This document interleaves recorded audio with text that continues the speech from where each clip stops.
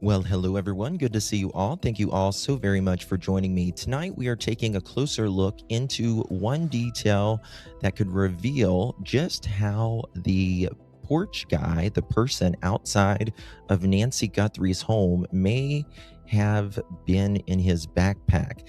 The FBI footage shows the individual approaching the house and a backpack that looks bulky and heavily packed. But what is it inside? We're going to take a closer look at that.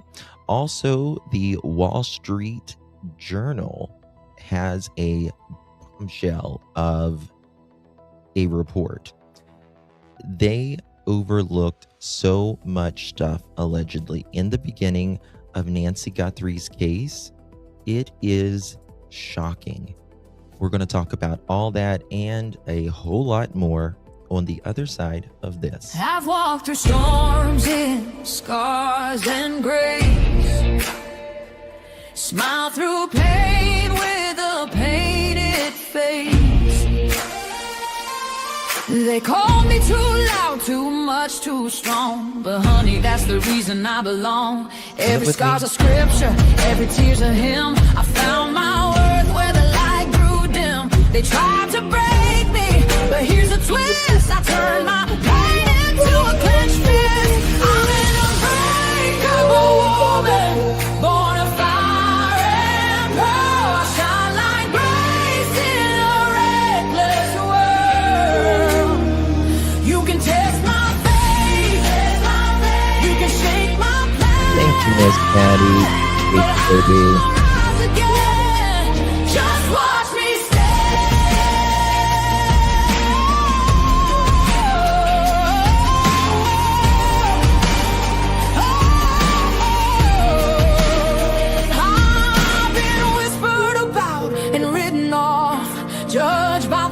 not the cause, but God don't build weak hearts from gold. He made me fierce and he made me bold. I bend, I pray, I roar, I rise with mascara, tears and battle cries. Don't need your crown, I forge my own. From ashes, honey, I build my throne.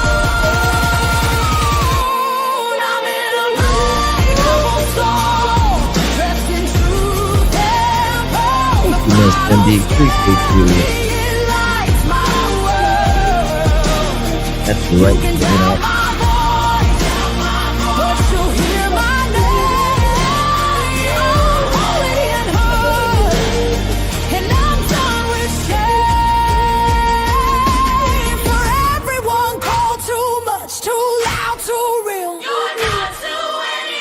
Hello, Miss Sandra from Hick.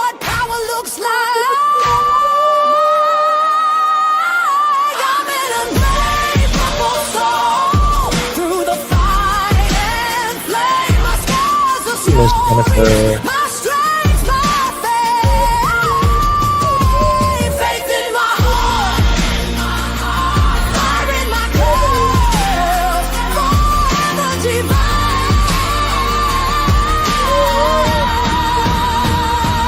Clutch them pearls.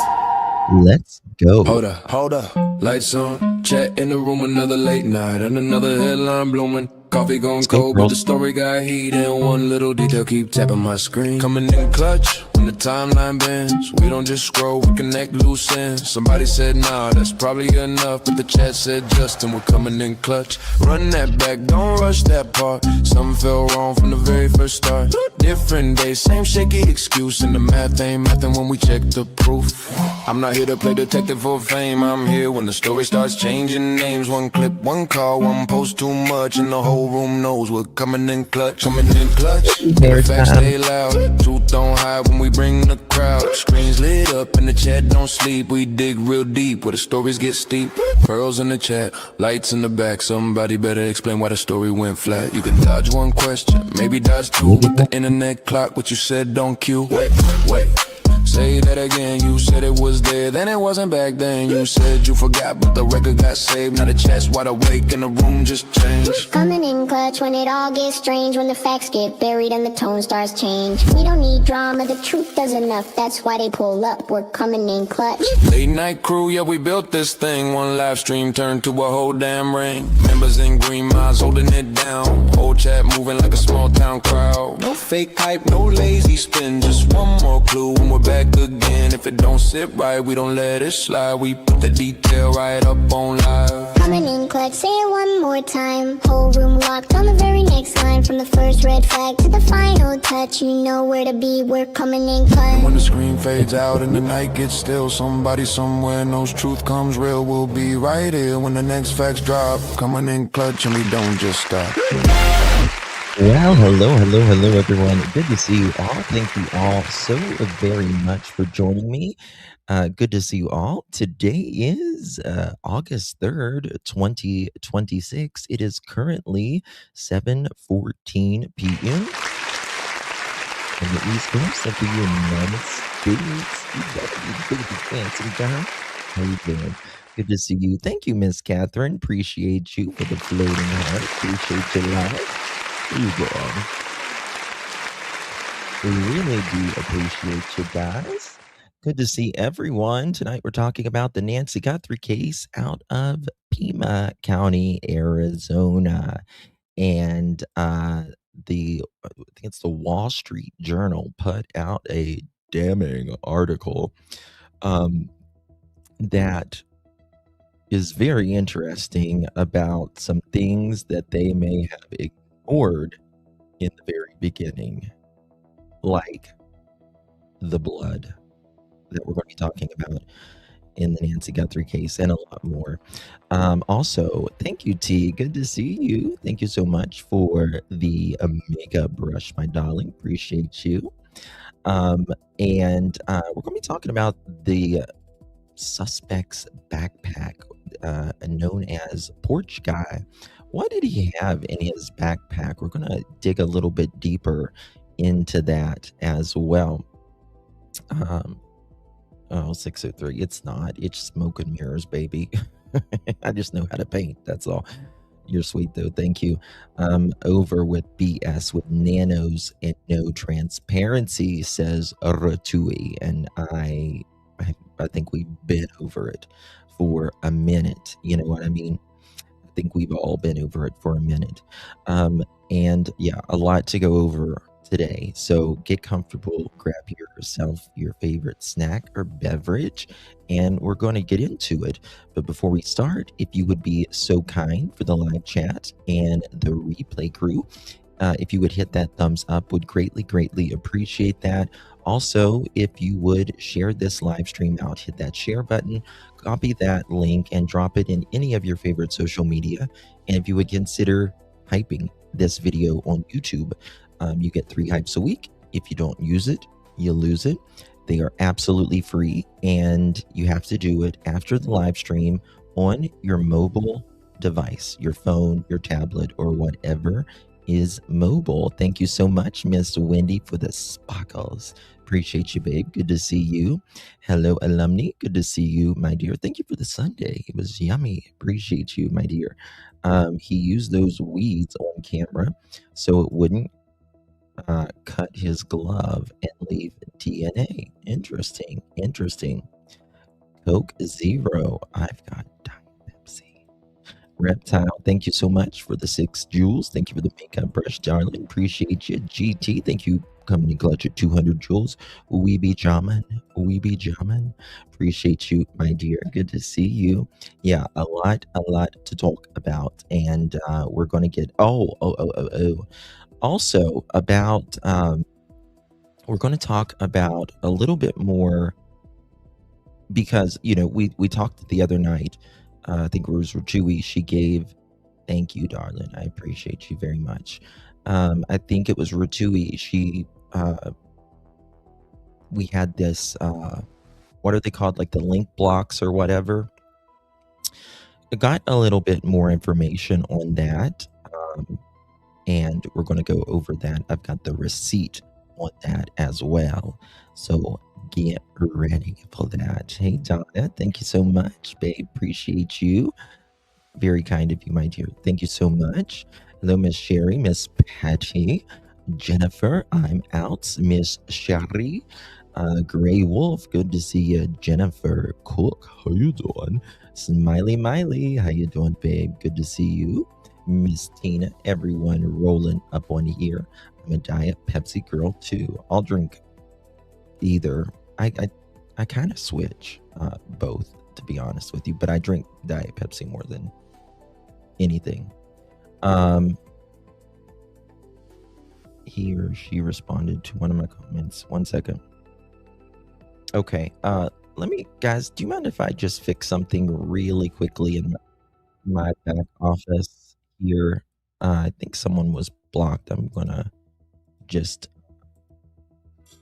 1 second, guys. I do apologize for this. I do apologize. Sorry.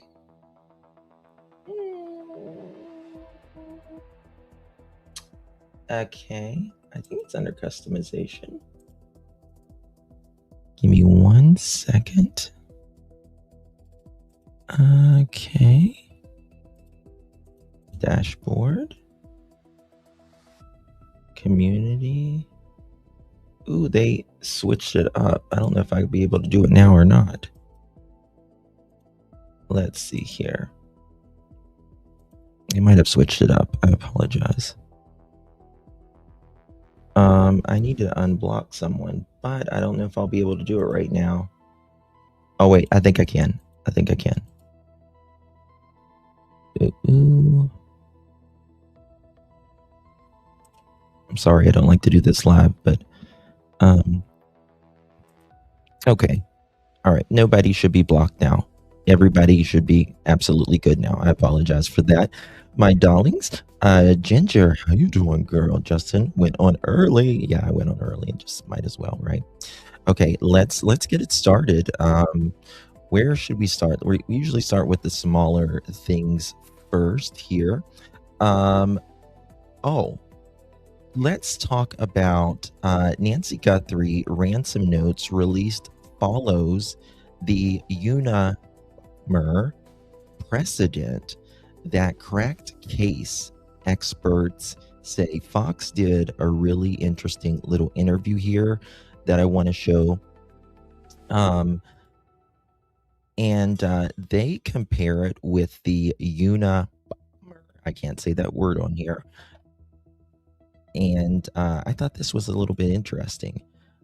Oh, thank you so much. Nice, Murray. Good to see you, dear. Appreciate you very much. How you doing? Oh, thank you for the Cash App, baby. That's so sweet. Appreciate you, Miss Pam. Really do appreciate you, my dear. Thank you so much for the Cash App, babe. Appreciate the support. Sail through the heart. Gotta just get through this Viking commercial. The Viking Cruise Line. Have you guys ever been on a cruise? They're nice. Some of them are, some of them aren't, in my opinion, but just depends.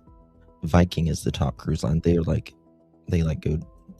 really expensive though. Very expensive. I feel like I would get seasick in a small boat. Oh, no. You wouldn't get that seasick, I don't think. Okay, here we go. Let's go. Is speaking out on the case, revealing why he hasn't held regular press conferences and his coordination with the federal authorities.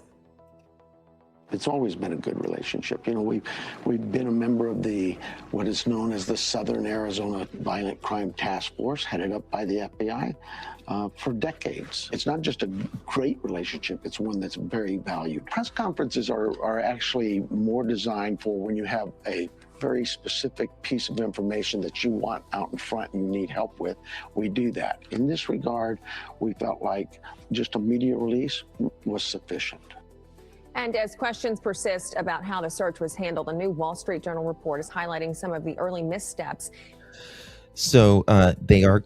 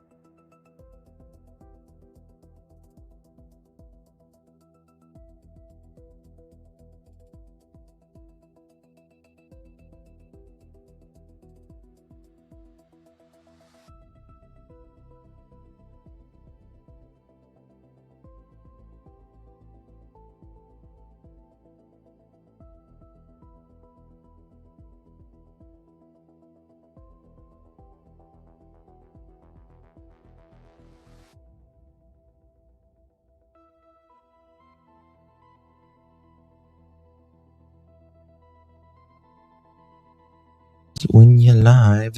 Sorry about that, guys. My USB just failed me, so I apologize. I had to go literally run and get a USB really quick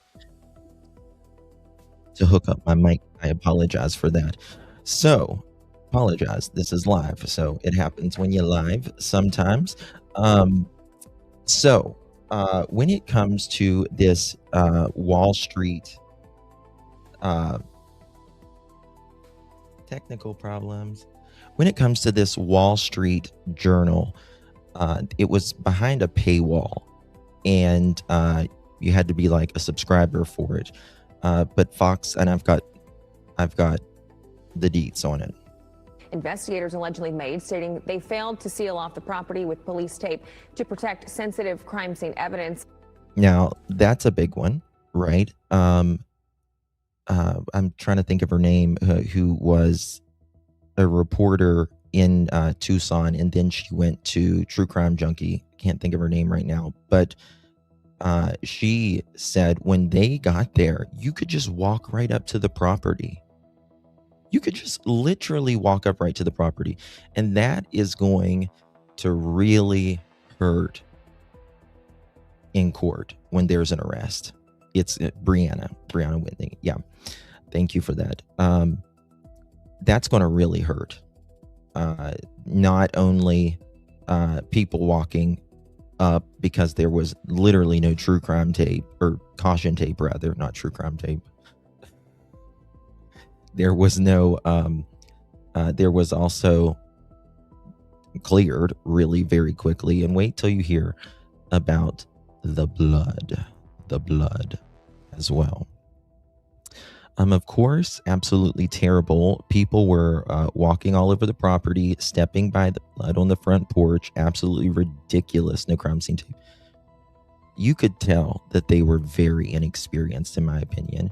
When the ransom letter was sent, that's when Savannah made the first Instagram post about we'll pay the next day, and that's the same day LE went back to the house. The FBI. I'll never forget when the FBI came to the house, because I was bitching. I was like, why did they clear that? They literally just got there. There was no need to clear it. It's not like a family was in that home or anything like that. They had nothing but time in this particular house, which is such a blessing. Social Butterfly, thank you so much for the sun, darling. Appreciate you very much. Thank you, really, for your support. I just got to change back my name and what it was when I figure out how to do it. Hello, lovely pearls. Yes, it's right there, just on your profile there. You just click it, and easy to do. It's allowing reporters, live streamers, and Amazon and pizza delivery drivers entry to the porch. Investigators spent precious hours deciding whether Nancy was kidnapped or lost. Joining us now to discuss this is retired FBI agent and certified crisis negotiator. Hold on, what did that say? Jason Pack. Jason, thanks for coming to the porch. Investigators spent precious hours deciding whether Nancy was kidnapped or lost. Now that makes you really think about Savannah saying, we kept telling them, this is not her. This is not her. She's not that woman. She can't move around. So that's interesting. Investigators spent precious hours deciding whether Nancy was kidnapped or lost. Joining us now to discuss this is retired FBI agent and certified crisis negotiator Jason Pack. Jason, thanks for coming on. Do you think that if the Pima County Sheriff's Office did things differently in those initial days and hours, that we would be having a different conversation about this investigation? Well, Ashley, good morning. We certainly remember the pizza delivery guy showing up when we were all watching that. So having said that, though, you do need to jump on that and treat it as the worst case scenario until the evidence proves otherwise. And I say that because the FBI was lucky to be able to get the Nest camera video back. And he's absolutely right. Especially, we see these missing children's cases all the time, and they think the child just walked off, and they do not treat it as the worst case scenario. It needs to be considered worst case scenario until it's not. That way you cross every T and dot every I. Goose, thank you so much for the floating heart, babe. Appreciate you very, very much. Good to see you. Did you hear that NBC and a few other outlets were not allowed to mention the family's name, that they were suspects? Yes, I did. I sure did. Sure did. So who knows, who's to say what might have happened, but the earlier you can get those pieces of evidence secured and preserved, the better chances you are of having better leads. And, you know, with the sheriff coming out and saying there is a good relationship with the FBI, I don't doubt that on a lot of cases. On this one in particular, though, there was a lot of finger pointing. So it makes you wonder why he's coming out saying that now. Can the FBI take this over, or are there going to be roadblocks with the jurisdiction there? Well, they have what's called concurrent jurisdiction, which means kidnapping is a federal violation, and the FBI can and will investigate that. So usually what happens in cases like this, and the sheriff was right, that the Southern Arizona Violent Crime Task Force, there's FBI agents, Pima County Sheriff's deputies, Tucson. And this is why, Ratui, a lot of big media nowadays do not like us, YouTubers, TikTokers, Facebookers as well, because we don't give a 3-minute clip, right? We really dive into it, and we don't have this agenda. And truthfully, a lot of times we get more views than them. Police, they all work together every day. And so the fact that they're working together now is good, because you don't want to meet people for the first time on a case. So I think they will be able to work together. Usually what happens is you figure out what piece of evidence is the best, and then you say, are we going federal or are we going to go state? And that's a prosecutorial decision.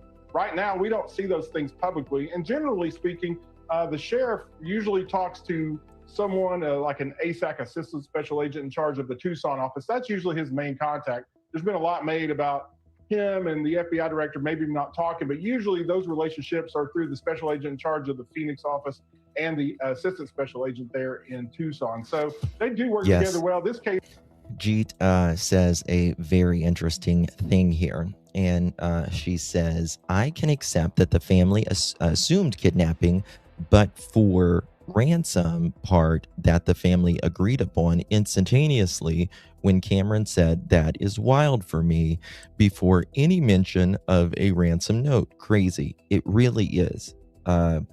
And I have to agree. I have to agree with you on that. You just don't hear of ransom anymore. It's not something that you normally hear of in the United States. In movies maybe, but not like this. So I agree. Why did they say she's been kidnapped for ransom? I understand that they knew that. I agree totally that they were like, this is not my mom. She can't walk. Something's really bad here going on. But the kidnap for ransom specifically, right? Specifically the word ransom. It's weird. It really is. Case has been nothing usual has ever happened in this case. So everything has been different here. I think they will be able to work together, and holding a secret like this is kind of like taking a hot casserole out of the oven. You got to put that down eventually. Somebody will tell somebody the wrong thing, and that person will call. And I think that's why you saw. Yep, that's right. That's right. Cameron said about the ransom note. Then literally the next day, the ransom was sent. Sure was. Hey, Adele. On the 6-month anniversary, them putting this information out, hopefully to get that in front of the right eyes. It's all for one person who may recognize some of the linguistic fingerprints that the notes contain. So just really quickly, it can be a yes or no. You don't think the FBI is going to take this over away from the Pima County Sheriff? They're working it jointly. They're never going to take over. Okay. So investigators are hoping these newly released ransom notes could spark the tip that breaks the case. The first note reading in part, quote, "You will not be able to contact me from here on out." There. Again, I find it Simply Real says, and what kind of brother puts such guilt on his sister? Like, I support Cameron. I don't think he has anything to do with it. in my opinion, but he thinks she's to blame for the kidnapping. I think, in my opinion, and again, I'm not saying A and T are involved in it whatsoever, but what I am saying is we know that A and T messaged Sheriff Doofy, and he was pretty much reading off the first press conference off his phone, right? So it was like he was reading just what they wanted out there, not what they found. And I feel like A&T contacted Cameron and gave that message as well. Just my opinion. Tina, very generous of you, my darling. Good to see you. Toys for Remy. I bet she's gotten taller. Thank you so much, my love. Really appreciate you. Very kind of you, Miss Tina. Thank you so much, love. She's really growing. She really is.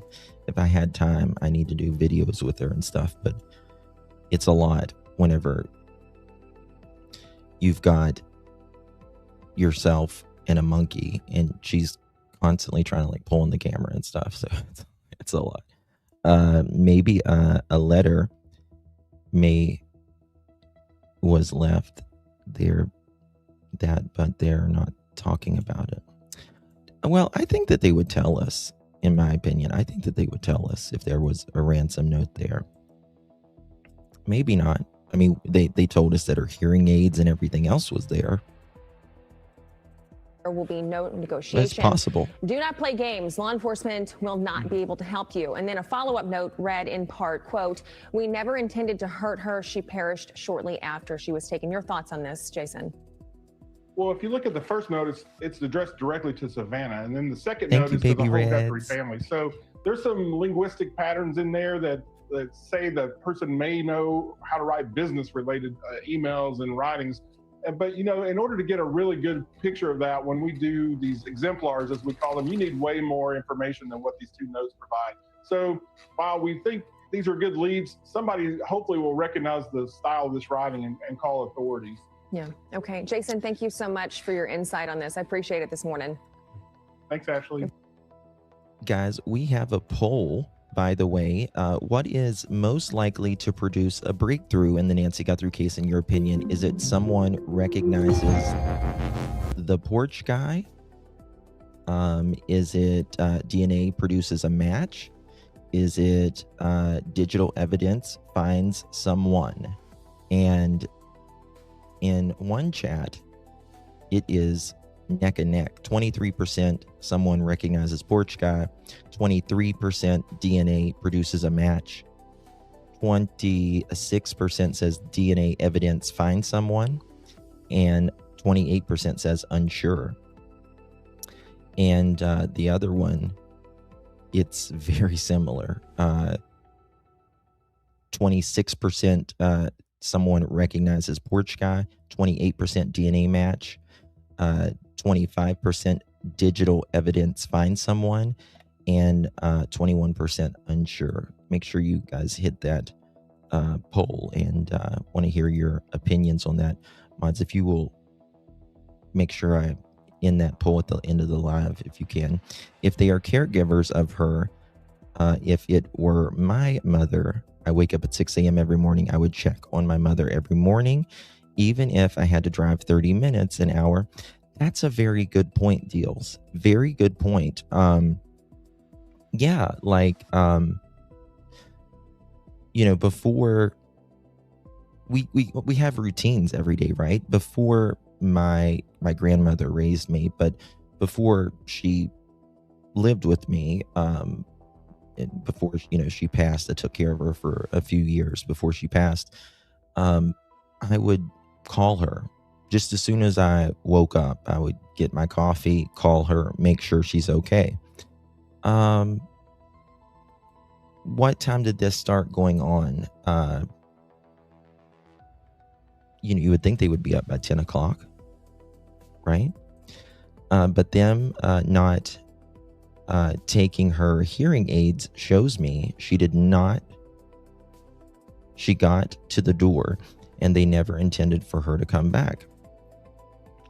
By them taking her hearing aid shows me she didn't get to the door. Oh, yeah, you would think she would put her hearing aids in, but I don't know. I mean, the way Savannah makes it sound like it's like they were literally over her bed. Now, all right, guys. Someone on X put this video out, and I just want to be upfront with you. I cannot confirm this, but I wanted to show you because I thought it was interesting. Tommaso's brother. He does have a brother, from what I understand, right? Does have a brother, and wanted to show you this. Supposedly Tommaso's brother right here. Again, I cannot verify this, but I wanted to show you guys. We got some pictures and stuff like that. It's in Italy. My Pianoforte Rabilla with a glass. Okay. I can't. And a little grizzly bear. And the spaghetti place restaurant is called Slutty Spaghetti. I feel like I could eat there. Yeah, Slutty Spaghetti. How about that? Have you ever ate slutty spaghetti? Sounds like a party to me. And we have another picture right there. My mom hated me calling her at 2:30, so normally I get her voicemail. What's wrong with the little slutty spaghetti? Slutty, slutty spaghetti. What are you doing? You guys think he looks like Tommaso? Do you think he looks like Tommaso? Yes. I'm so honored they named a dish after us. Goodness gracious. Okay. And then, I mean, I can see. Look at those. Let me make this bigger. 1 second.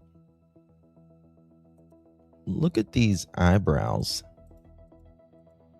When the moon hits your eye like a big pizza pie, that's amore. What do you think? I still wonder, did T walk her in? No, I don't think he did. They said everything was left there, meds, phone, and hearing aids. Yeah. From what I understand, she just got out of the car. Door went up. The lights were, like the headlights were on. So yeah, I guess she could see to walk and went in the door. So, Lisa, thank you for the Sunday, my love. Appreciate you very much. Good to see you, my friend. Thank you so much, love. He looks like Tommaso with hair. Yeah, I think it's allegedly his younger brother. Very nice eyebrows this guy has. Very nice eyebrows. Okay, where's my button? Oh, let me show you here. And they write on here, right here. This is Leonardo Cioni, known as the, quote, tall chef, end quote. He is reportedly a brother or relative of Tommaso Cioni, and like Tommaso is from San Giovanni Valdarno, a Tucson town midway between Florence and Arezzo. Leonardo now runs a restaurante in Rome. Some of these possible family connections could previously be traced through Tommaso's Instagram page. Perhaps Tommaso and Annie spent some time in Italy this summer. As the search for the mother, Nancy Guthrie, continues. Hopefully we'll hear more from them soon. And look at the slutty spaghetti. Let me see here.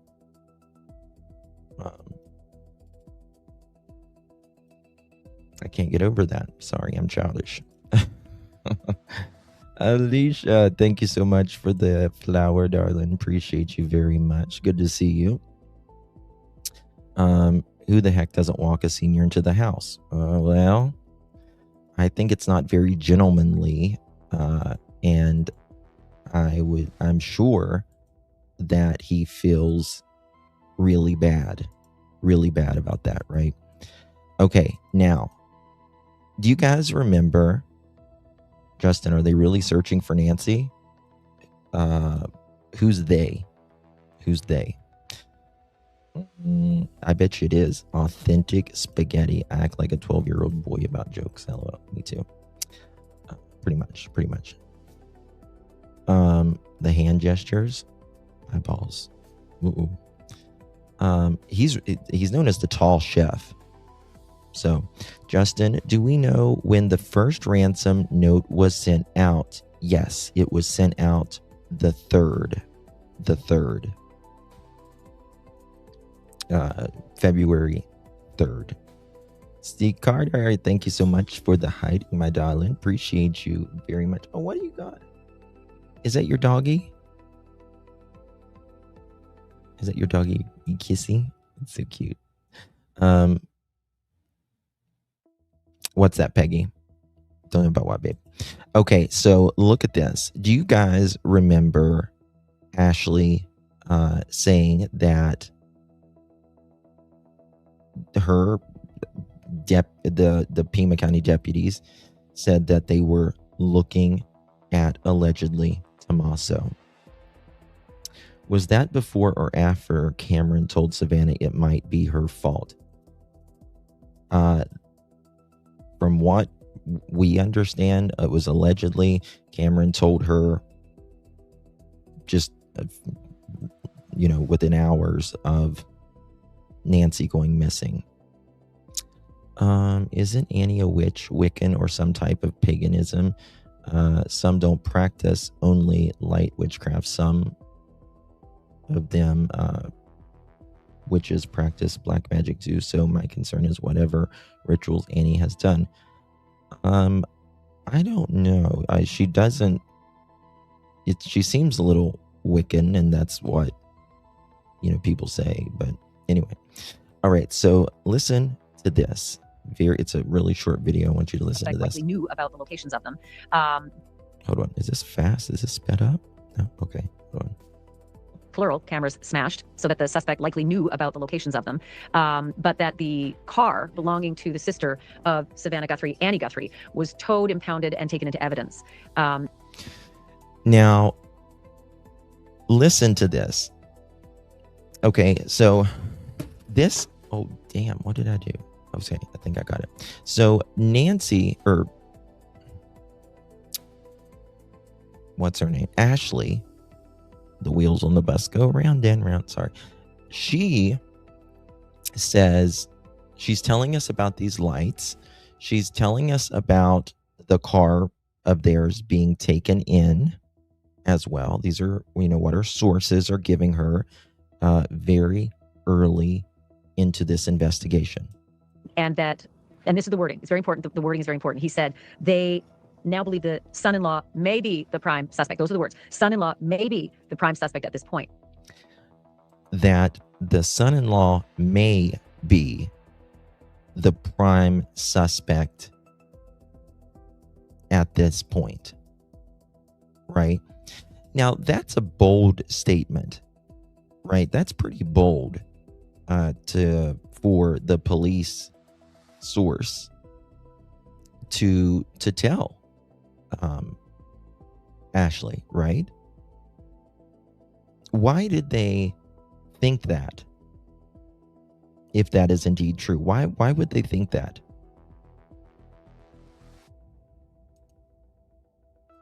son-in-law may be the prime suspect. Those are the words. Son-in-law may be the prime suspect at this point. And I'm very mindful. I covered the Elizabeth Smart case. I was out in Salt Lake City for 5 weeks while Elizabeth Smart had vanished. And I recall specifically a lot of language saying Ed Smart is likely the prime suspect here. And so you got to be really mindful that, as you know, Megan, you're a lawyer. Police investigations start in the middle of the circle and they go out in concentric, plural, cameras smashed so that the suspect. Okay. So, and I think Ashley gives a great example there. The Ed's, they were blaming in the Elizabeth Smart case, they were blaming Ed Smart. I never thought Ed did it, ever. He just is not the personality at all, in my opinion. But allegedly, the police were really looking at him. And generally, it does start with the last people you're with. Right? So my question is, did they initially think Tommaso was the prime suspect and then not? And did they lose valuable time? And his brother, yeah.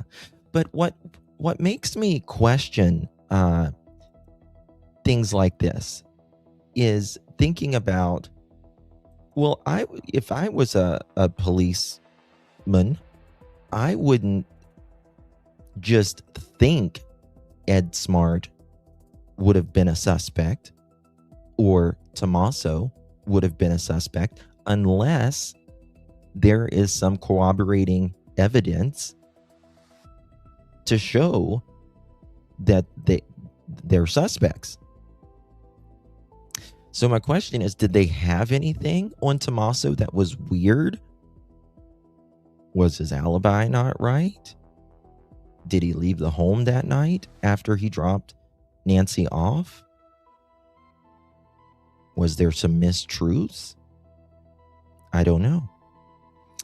But her little sister saw someone come in their room. She just couldn't remember him at the time. Correct. Exactly. Last person to see her, and the way he answered the questions tipped it over the edge. I have to run. Oh, I hope you win $1 billion, girl. A gentleman would have walked her in, sure and safe. Yeah, I agree. We told the police about the text to Derek, or did the police find them? I think the police found them.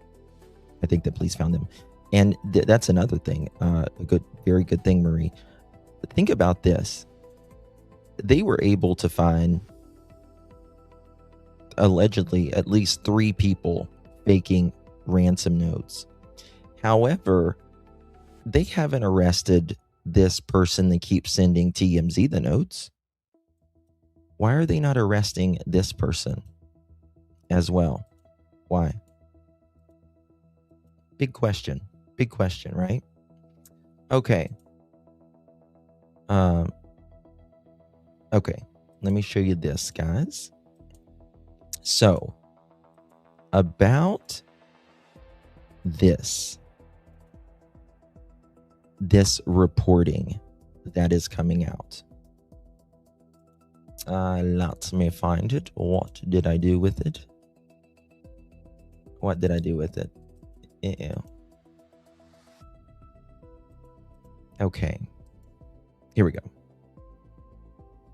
5 things that you didn't know about the Nancy Guthrie case, the Wall Street Journal, by Jared Midovich. And this is the first Wall Street Journal piece that publicly documented. And this is the Wall Street Journal saying this, that deputies ignoring the dried blood on Nancy's porch.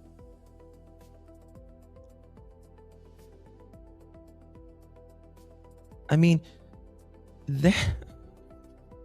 I just want to cry for Savannah when I think of Nancy, of course. Like, ignoring the dried blood on the porch? AZ, allegedly, Annie is teaching in Vermont right now. I mean, can you imagine going to a crime scene of an 84-year-old woman, or, she's not home. The doors are open. The light is taken off the back. The camera is taken off. And the blood, sorry, 1 second. And the blood is still, 1 second, guys.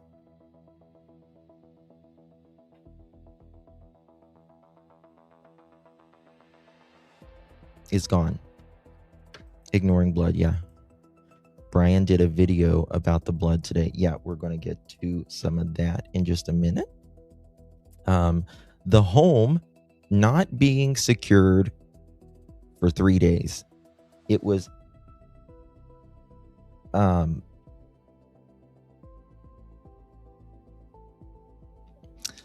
home not being secured for 3 days. 72 hours, and it really wasn't secure anything under Pima County at all. It was not secured until the FBI got there. Honestly, don't think how they could ignore or even see the blood on the porch. It's just crazy. The surveillance plane sitting idle. So I guess there was they have this surveillance aircraft, and it just sat idle for, it doesn't say how long it sat idle for. Like I said, there really wasn't this great big search for Nancy. Yeah, the neighbors were looking, the police were canvassing, but it wasn't this huge search. Apparently, the lead detective on the case missed the blood on the porch, and he has a habit of doing things like this, and apparently he's in trouble.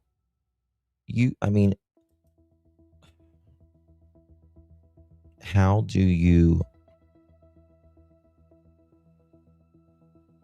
is he a homicide lead detective and he's never solved a homicide? This is according to the Wall Street Journal. I guess with their sources, because allegedly they had no one to pilot the plane. That's right. I forgot about that. You're exactly right.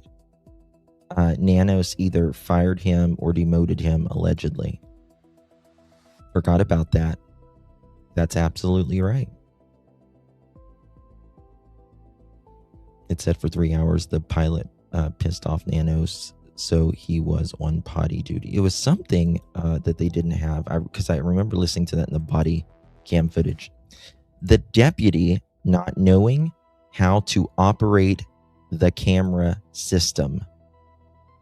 Now, I don't know which camera system he means. Does he mean body cam system? Does he mean cameras at the home? Regardless, if police don't know how to do it, they need to find somebody who does to get in there extremely quickly. If my mom goes missing, I'm not moving to another state or leaving the country. That is extremely odd. Competence rises to the highest level in Pima County. It really does. It's really, really sad. Did A&T call hospitals, friends, etc. before calling 911? Maybe it's just me, but I don't know where my mom is. Doors are propped open, broken floodlights, blood on porch. I'm calling 911 immediately. So allegedly, they looked in the neighborhood, canvassed the neighborhood first before calling 911. And they had no pilot for the plane. What the hell? Why isn't the media covering his possible indictment? Botched like a mofo. Bad. Nancy Guthrie sheriff hit with 176 million doll hairs lawsuit alleging dangerous incompetence. New York Post. Can you send that to me if you have it? 307-228-4906 or alljustice4 He was the undersheriff for Nanos. He fired him. The guy changed his last name. Nanos rehired him and put him in charge of the case. Just fucking sad. Every time you say that, I lose it. What? Doll hairs? Early investigative missteps that may have cost critical evidence. And, feel how you feel about Kash Patel, but he says the same thing. Even though Sheriff Doofy says, well, he may not have all the information. Bullshit. It's the FBI. Come on now. Trump spoke about this today as well. They canvassed the neighborhood before calling Ellie, allegedly, yes, with blood present in the house and their mom not in bed. Allegedly. That's allegedly. Yep. The doormat. Oh, it's bad. It's bad. Okay. What the Wall Street Journal article contains. Porch blood ignored. Wall Street Journal reported deputies saw dried blood on Nancy's porch and assumed it was from a minor bump or nosebleed, end quote. They did not initially treat it as evidence. I just want to put my fist through the screen right now. They didn't tell Ellie about the blood on the porch. And this, this is the thing. I want to be fair about this with Annie and Tommaso. When you are in such a panic like this, you may not initially see the blood. You may miss that. It's possible. So they canvassed the neighborhood looking for a woman who was barely mobile. Make it make sense. Well, yeah. Crime scene left open for days. The Wall Street Journal reported the home. Where was it here? Hold on 1 second. There we go. The Wall Street Journal reported that the home was not sealed for 3 days, allowing reporters, influencers, delivery drivers, neighbors, creators to walk through the area. Surveillance plane failure. Wall Street Journal reported that the sheriff's surveillance plane sat unused because the deputy on duty did not know how to operate the camera system. Oh, okay. So that's why it's set. Don't agree with what, Bertui.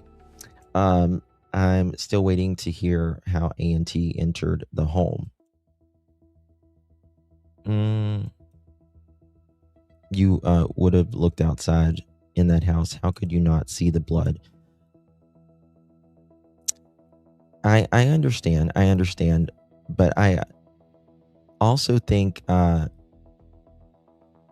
sometimes when you're in a panic and you're just looking like everywhere, you can miss it. I'm not saying they did. Thank you so much, my dear. Appreciate you very much. Let me look at that. There we go. Thank you, baby. Okay. But so with the plane here, the plane, the deputy on duty did not know how to operate the camera system. They had to call in another deputy, delaying launch until after 6:30 p.m. when it was already dark.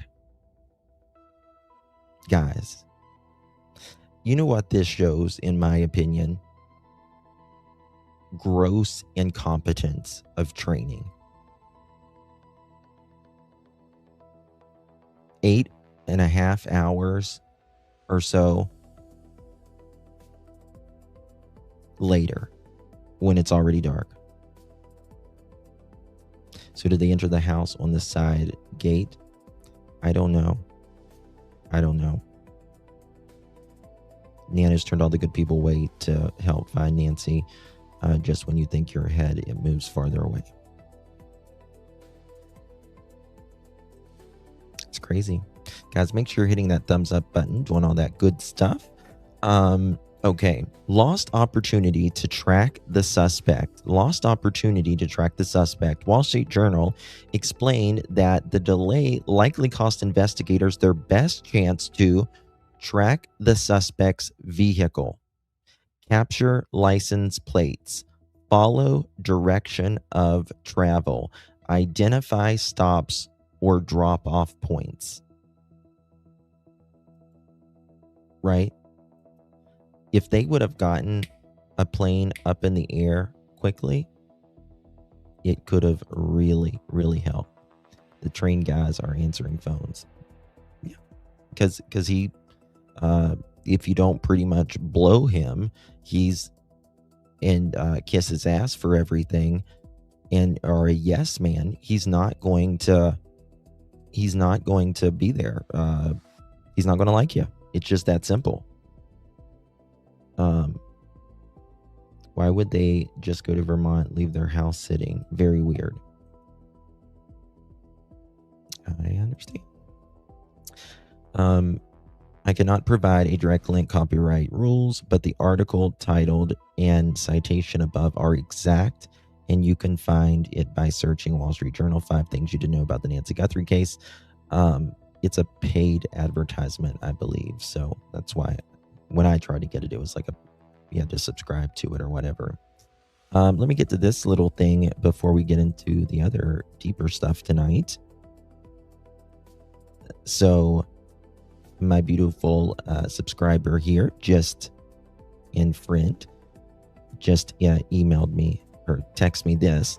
Nancy Guthrie Sheriff Doofy hit with $176 million doll hairs lawsuit alleging dangerous incompetence. I agree. Sheriff Chris Nanos, the embattled lawman leading the Nancy Guthrie investigation, has a new $176 million problem. Exel Melendez, 24, is suing Nanos and the Pima County Sheriff's Office after deputies SHOT and paralyzed him while responding to a phony swatted call. The second major lawsuit against the department in 2 weeks. The pew-pewing happened even though Melendez warned the sheriff's department that he was being targeted for swatting, and even though he posed no threat at the time, his lawyer said. Oh my God. Marilyn, thank you so much, my dear. Appreciate you very much, love. Good to see you. So this kid was being swatted, and he told him that he was being swatted, and now he's paralyzed. Oh my God. What is wrong? I mean, they have no training. Guys, I would be scared to live in Pima County. Someone impersonating Melendez called the sheriff's department around 6 a.m. stating that his father had SHOT his sister. Deputies then smashed his bedroom window with a shovel and climbed inside. GUNS drawn. Melendez heard a commotion outside, woke his mom up, and then told her to hide, then cowered behind a door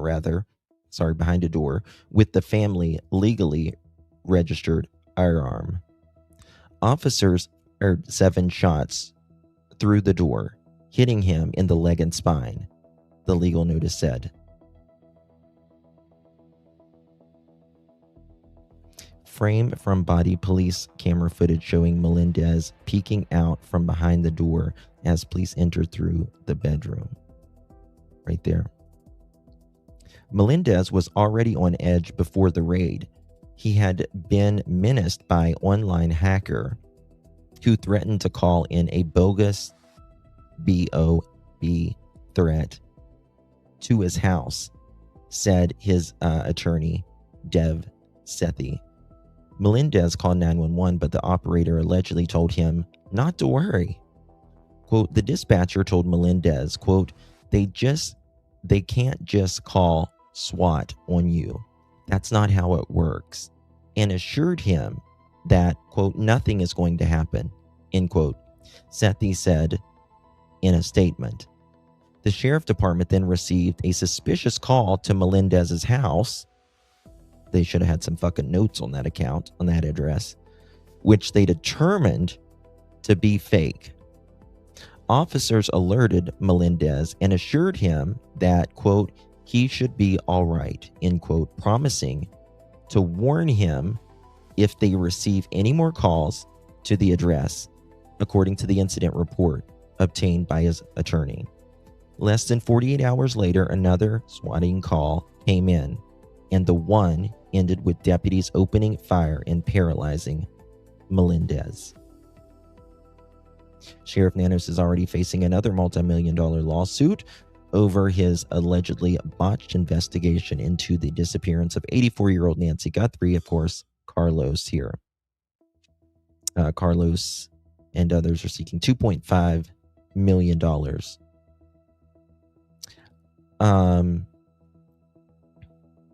If I just don't understand, like, let me see here. I think it's got a video. It's just so bad, man. So bad. Hey, Miss Dolores, love you too, Mama. Thank you so much. Really appreciate you. Thank you for your support. Okay, 1 second here. Warning, distressing content. Okay.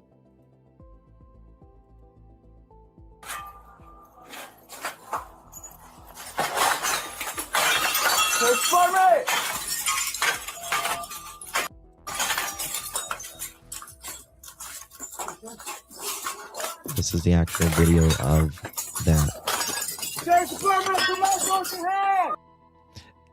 And, you know, you can't blame this guy. You cannot blame this guy because he thought, well, the sheriff said, you know, they're not going to bother me. And someone breaking in your house with a shovel, and you don't know what the hell's going on. Of course, you're going to grab your, right?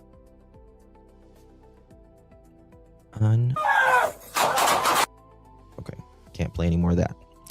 Okay, Duffy is a big liability. Yeah, big ol' liability. All right, guys, let's get into some new things here.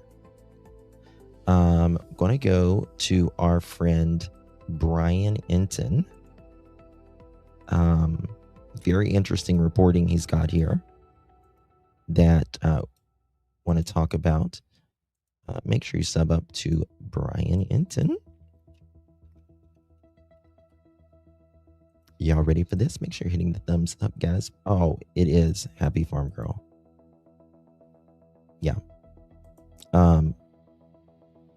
Let me give you that link to this, by the way. Let's see here. Copy. If you want to see that video in full. Okay. I've been a child welfare investigator for 20 years in multiple states. I can assure that I have far more training and investigation than the folks in Pima County, right? Alumni. So bad. Very bad. The importance of dried blood found on Nancy's front porch The detectives arrived at Nancy's house in the late afternoon. For hours, they gave little regard to the dried blood on the front porch, said people familiar with the investigation to the Wall Street Journal. They suspected the blood might have come from some unrelated head bump, nosebleed, or other incidental injury. So I knew that and I've told you guys that there was time wasted, that they thought perhaps she had wandered off. But in terms of them just discounting the blood, that is not something that I've heard about until this Wall Street Journal report. So that's interesting and just really enough. And again, it makes you, what Savannah said, no, we are telling them, they're not listening to us. You know, Nancy would never, ever walk off like this. Other mistake made, according to the Wall Street Journal. It also talks a lot about Sheriff Nanos and mistakes that he made. It says his appointed head of homicide, Sergeant David Stivers, was reprimanded 2 months before Nancy's kidnapping for poor judgment, blamed for delays securing crime scene evidence in a homicide case. Personnel records from a public records request show. Charges in the homicide case were dropped for insufficient evidence. So I've told you guys about how everyone did. The homicide team was inexperienced, but they're talking about a specific case 2 months before Nancy's, where poor judgment was blamed for delays securing the crime scene evidence, and that the homicide case was actually dropped. Unbelievable. So that's a specific case I hadn't heard about and pretty troubling. So I just wanted to give you the headlines from the Wall Street Journal piece. You remember Sheriff Nanos did like a slew of interviews over the last couple of days leading up to the 6-month mark. Again, he won't do an interview with me. I've tried. Hopefully at some point he will again. I mean, he did in the beginning, but for whatever. Stop being a kitty cat, Sheriff Doofy, and talk to Brian Enton. Are you afraid of hard questions? He's respectful. For whatever reason, I think he pretty much did an interview with everyone who asked except me. But it is what it is. But he said in several of these interviews that no one is off the table right now, that no one has officially been cleared, which a lot of people kind of zeroed in on for two reasons. One, because of the two guys who were detained, the one in Rio Rico and the other one, you know. How do you say thank you to someone who just bought you a membership? You just say thank you to the person. That's all you do. You just say thank you. Carlos and then Luke Daly. And it was surprising to hear him say that no one was cleared because we found no evidence that they were involved at all, despite them being detained, which he's still standing by that they're not cleared yet. And then also, you know, there's been all sorts of speculation about the family. Well, this is the thing. I really think Savannah is angry about how this is being handled. And the reason I think she's angry is because she's not talking to Sheriff Doofy. She's not talking to Sheriff Doofy at all. And I think that's the supporting argument. She's only talking to the FBI. Now, I've said from the beginning that, according to my sources, I have no indication that anyone in Savannah Guthrie's family is involved in Nancy's disappearance. And the sheriff said that early on too, but then said that nobody was cleared in several interviews. And then on Saturday put out his own video message, which I always think it's kind of interesting when like law enforcement or public officials put out these video messages of their own where like someone in their office is asking them questions, because it's like clearly not a real interview. I mean, it's like someone in the sheriff's office asking him the questions. But within that video, I guess you could call it an interview that was put out on Saturday on the sheriff's Instagram page. He spoke specifically about the family again not being suspects. So listen to this. I can't be more clear. I said this earlier on, and Sir, you're as clear as mud. Say it again. The Guthrie family is not and have not been suspects in this investigation. We have talked with them, worked with them. They are not suspects. They are victims. Not suspects. Victims of a very horrific crime. So that was the latest from the sheriff on Saturday. Okay. He put out like a 5-minute video message. Most of it. Now tell me, Okay, let's do a poll.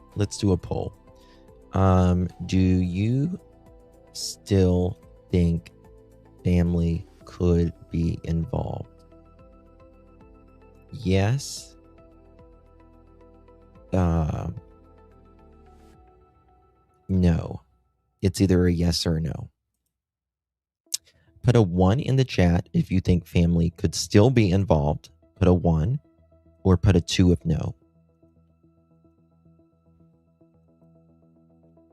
Or you can put a yes or no.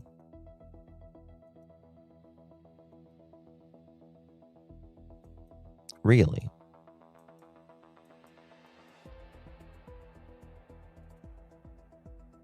To me, I wonder, does family count as Tommaso?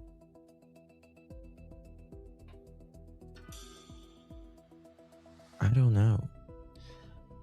The thing that really concerns me is how incompetent Pima County is. And I think that they were looking at Tommaso very hard in the beginning and missed critical time.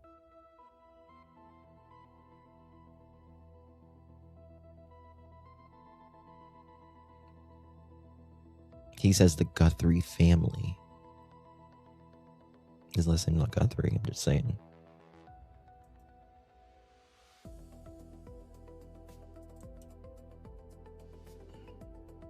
What's Chris saying on it right now? I see. I'm kind of. Am I still suspicious of them? Yeah. But I'm less suspicious because of their incompetence in the beginning now. But that's just me. Nanos has been so inconsistent, I tend to go with the opposite of what he says. Yeah, same. Cops can lie to us, but they're not going to put out a full, the Guthrie family is not involved, in my opinion, because like, if this goes to court and they would say, you even, Sheriff Doofy, you told the public that the Guthrie family was not involved. You told the public that. Yes, they can lie to you, but they generally don't lie to the public in a press statement. They just won't answer the question. Now, he's a special person. Nothing would surprise me.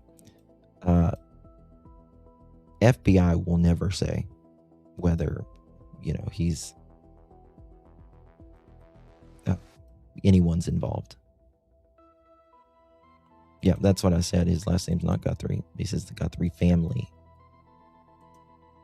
I don't know. A lot of people will have egg on their face if it isn't the family. Myself. Yeah, I mean, this is the thing. I can truly understand both ways, because we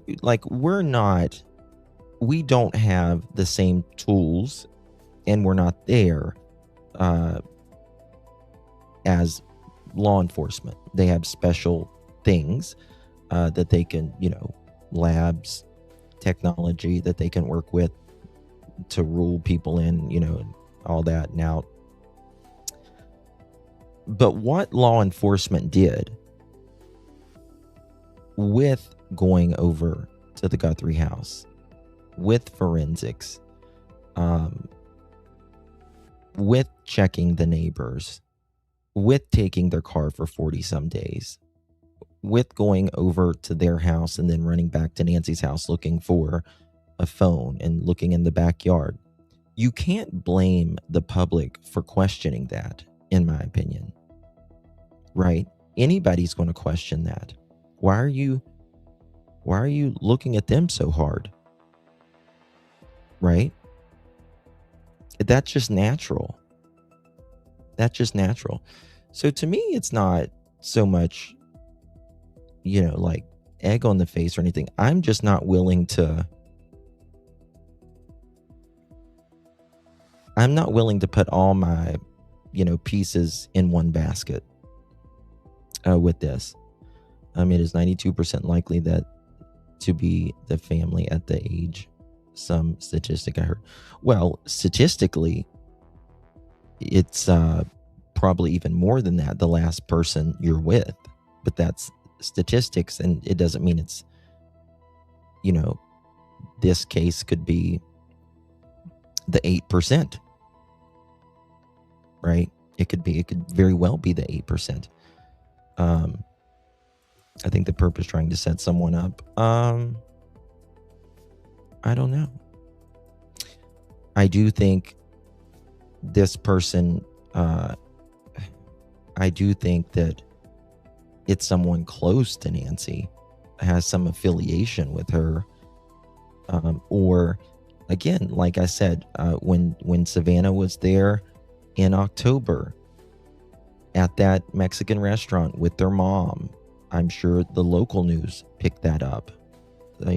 Savannah, is in town. Today's show host, Savannah Guthrie, was, at her home showing off, who she is and with her mother. That's national media picked it up. Obviously, Today's show. I'm sure local media picked that up. It could have been a restaurant worker. It could have been, and think about this. It could have been someone dining at that restaurant that day while they were filming. Wow, that's Savannah Guthrie. I did not know she lived here at one point. Wow, I didn't know her mother lived down the street from me.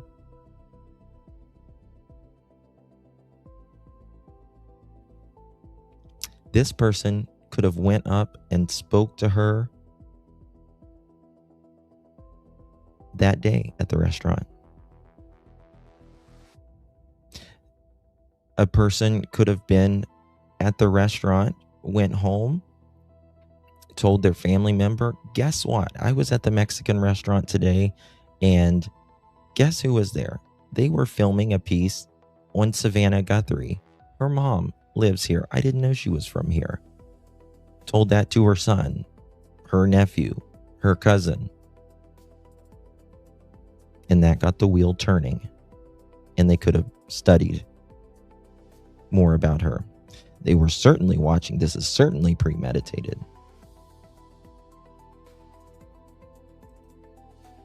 Obviously, they didn't pay the ransom because I get the second letter saying she's deceased. They didn't pay the ransom, yeah. Nobody picked the house random. No, nobody picked the house randomly. Hell no. Somebody had to be familiar with the area, who knew she was out that night. I believe someone was in the home already before the porch guy came. It may be. Again, I think, another thing that makes me weird about Tommaso and Annie is I don't know how often Nancy went there to see them or have dinner or whatever, but it's just the night that she goes to dinner and is dropped off. A few hours later, she's being taken out of that house. That's very strange.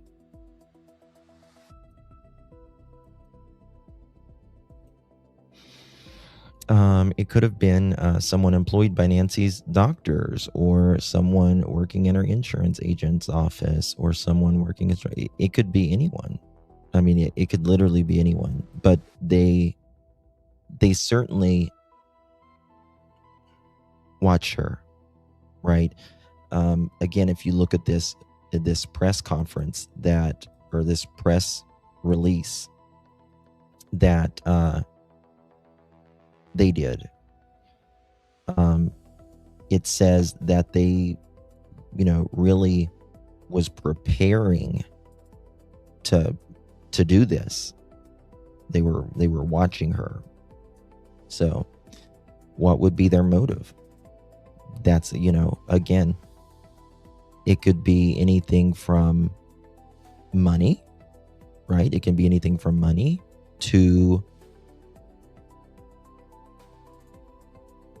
they knew something that they didn't want her to put out or say or do. Someone could have loaned her, she loaned money and they didn't, promise to pay it back, didn't pay it back at that time. So they unalived her. It can be a lot of different things. Christine, how you doing, gorgeous? Thank you so much for the finger heart. Love your new pictures, by the way. Beautiful, friend. Thank you so much. Really appreciate that. I think Sheriff Doofy and the inexperienced detectives blew the case in the beginning. Fact, I agree. The fact that they said they didn't fully grasp the seriousness of her medical condition means they had to know of her or know her. That they had to know of her or know her. But I don't think it's family.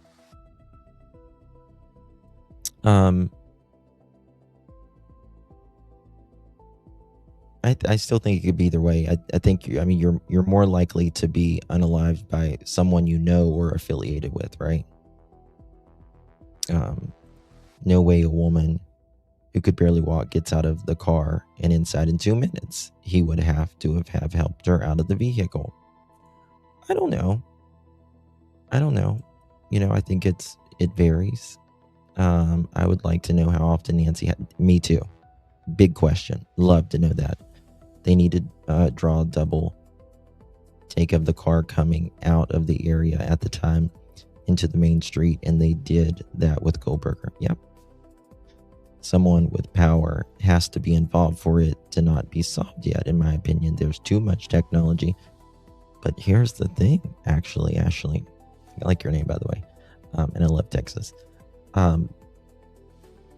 Here's the thing. We're getting these reports about the Wall Street Journal of just how grossly incompetent they were. The plane that they were going to put up in the air, the pilot didn't know how to work the cameras. They could have been, tracking every car with these cameras and all that. So it's, with the blood, I think it's just incompetence, in my opinion, in the beginning. Julie, thank you so much. Really appreciate you, babe. Thank you for your support. You got bunny rabbits? I love rabbits. Just have a bunch of rabbits. Thank you so much, my dear. If you look, there's a motive for everything. However, the evidence is what backs motive theories. Was it customary for Nancy to take an Uber to Annie's home? Or was this a one-time thing? If once, then the Uber sets an alibi that she left her home that evening in the first place. Great question. I don't know.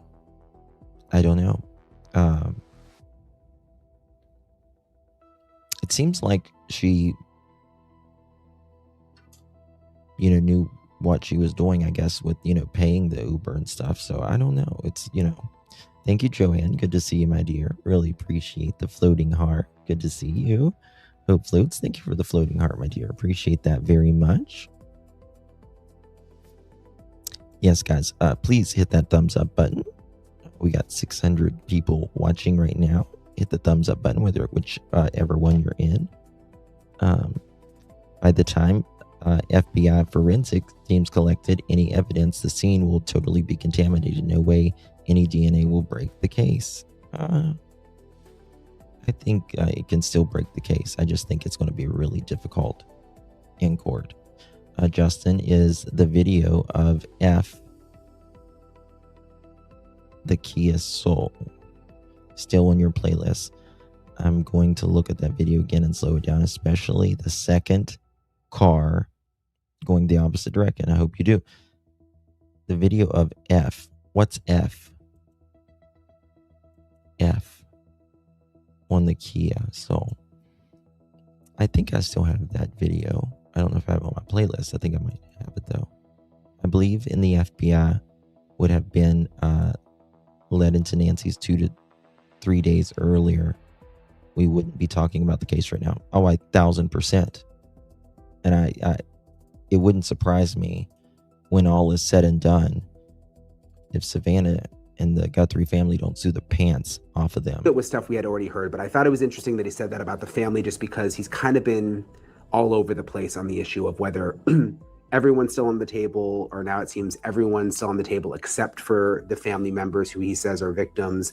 And again, just my own reporting based on not the sheriff, but other sources I have in the investigation. The family is not being looked at as being involved. But just interesting that he's kind of been all over the place the last couple of days.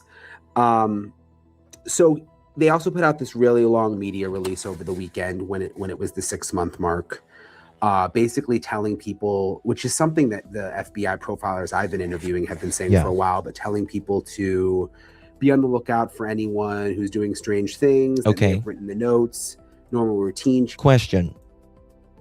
Guys, can you think of any cases that had a ransom note other than Nancy Guthrie and JonBenet Ramsey in recent history since 1995? The fact that Cameron jumped to the conclusion about the kidnap for ransom before the letters gives me pause. Not saying he's involved.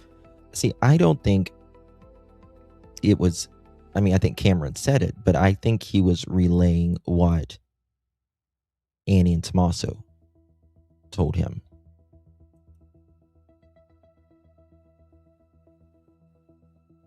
Cal Ripken's mom?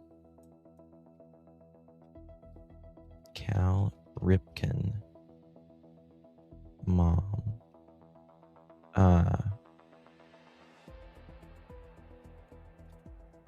Ransom note. When Cal Ripken Jr.'s mother, V. Ripken, was abducted in Aberdeen, Maryland on July 2012, no ransom note or ransom demand was ever made. That's what I Googled. It doesn't say. No, but I don't know of any other ransom notes besides those two. It just doesn't happen. And you guys know I have a little bit of a tie with the JonBenet Ramsey case. And I don't have an opinion on JonBenet Ramsey case. But that's one thing that really I question is that ransom note, that nobody does 2 pages of a damn ransom note. I'm still dumbfounded. Thank you, Joanne. Appreciate you. I'm still dumbfounded about the evidence not collected. I know. It's fucking ridiculous, man. That's however they would say not to report to police. Yep.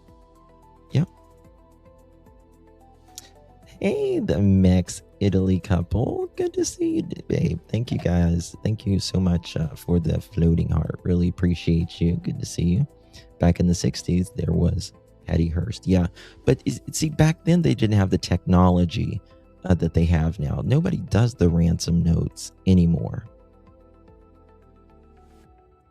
Changes, vehicle cleaning or repairs, unexplained interest or disinterest in Nancy Guthrie's neighborhood. I need to fast forward this now. Right here. His wife is actually a forensic linguist. Her name is Natalie Schilling. She is a professor at Georgetown and just brilliant, just like him. So they're actually both going to join me and have really interesting insight into these 2 notes. And I want you to hear everything they have to say, because there's so much that I would have never noticed. Fitz and Natalie, it's really nice to see you. I was very excited when Fitz said that you would be joining us, Natalie, and the fact that you're a forensic linguist. I'm really, really interested in everything that you have to say about these notes and kind of where we're at with the Nancy Guthrie investigation. And I know you and Fitz have been talking about all of this stuff behind the scenes since the beginning, really. So I'm interested to hear what you have to say, and as always, what Fitz has to say. I just wanted to start, Fitz, because I thought about this when Are when they the sheriff's office put out this news. are they psychics, Teresa? Are they psychics? That's what I just looked up. Everyone has their thing and all that stuff, but I personally just don't do psychics and true crime. That's just me. That's just how I work. They're not.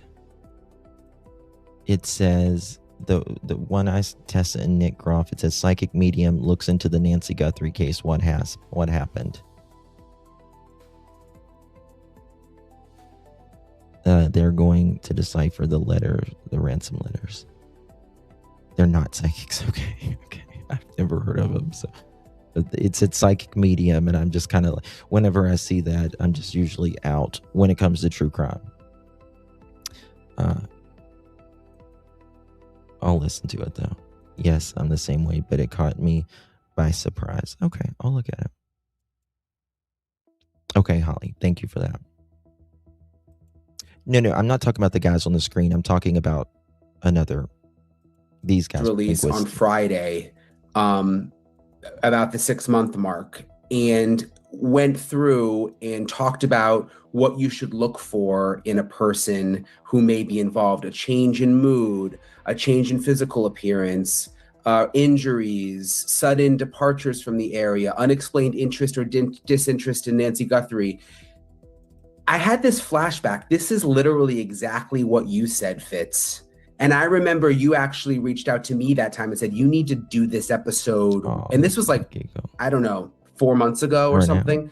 You need to do this episode where you tell people what to look for in the person who could be responsible and changes in behavior. That's the wild thing about this case, right? Is I've never seen a case with such contrasting reporting, and I have said this from jump.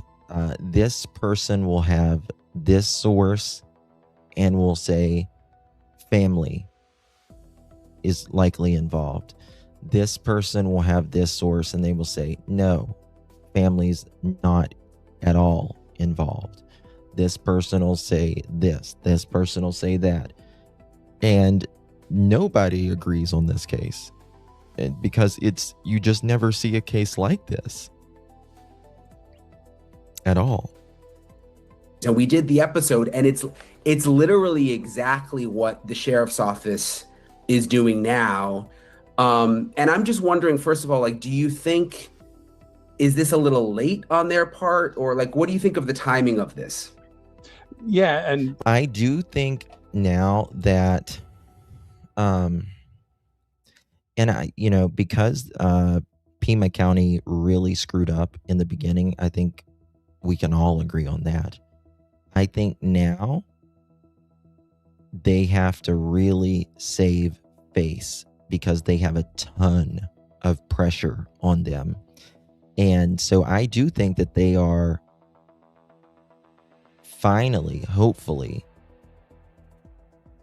really working this case, really working this case hard, because of the epic failures in the beginning. At least I hope so. Brian, first of all, thanks for having me on. And just full disclosure here, Natalie is also my wife, besides a great forensic linguist. We met at Georgetown years ago, and I know we'll hear more from her later. But and Brian, not only was I suggesting about the pre-offense, post-offense behavior, to use the jargon of the profiling trade, but I also said over the last month on multiple media hits, including I think yours the last time we talked, that the 6-month anniversary opens up a lot of doors. It's if not psychological, it's just sort of a calendar, sort of benchmark time frame, that if you really haven't gone anywhere in the case, it's time to perhaps release some more information.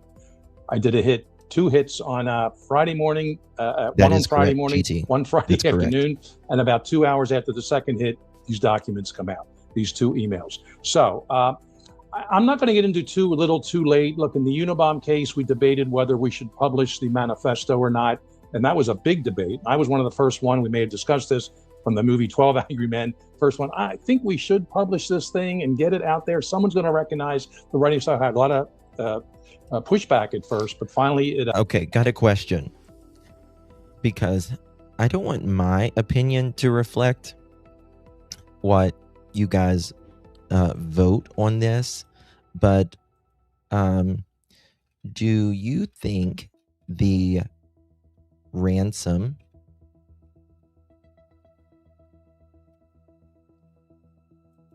let's see here letter is from two different people, meaning not porch guy? Yes and no. Okay, now this is assuming they're legit, and I believe that the ransom notes are legit, the first two. But do you see what I'm saying is, do you see porch guy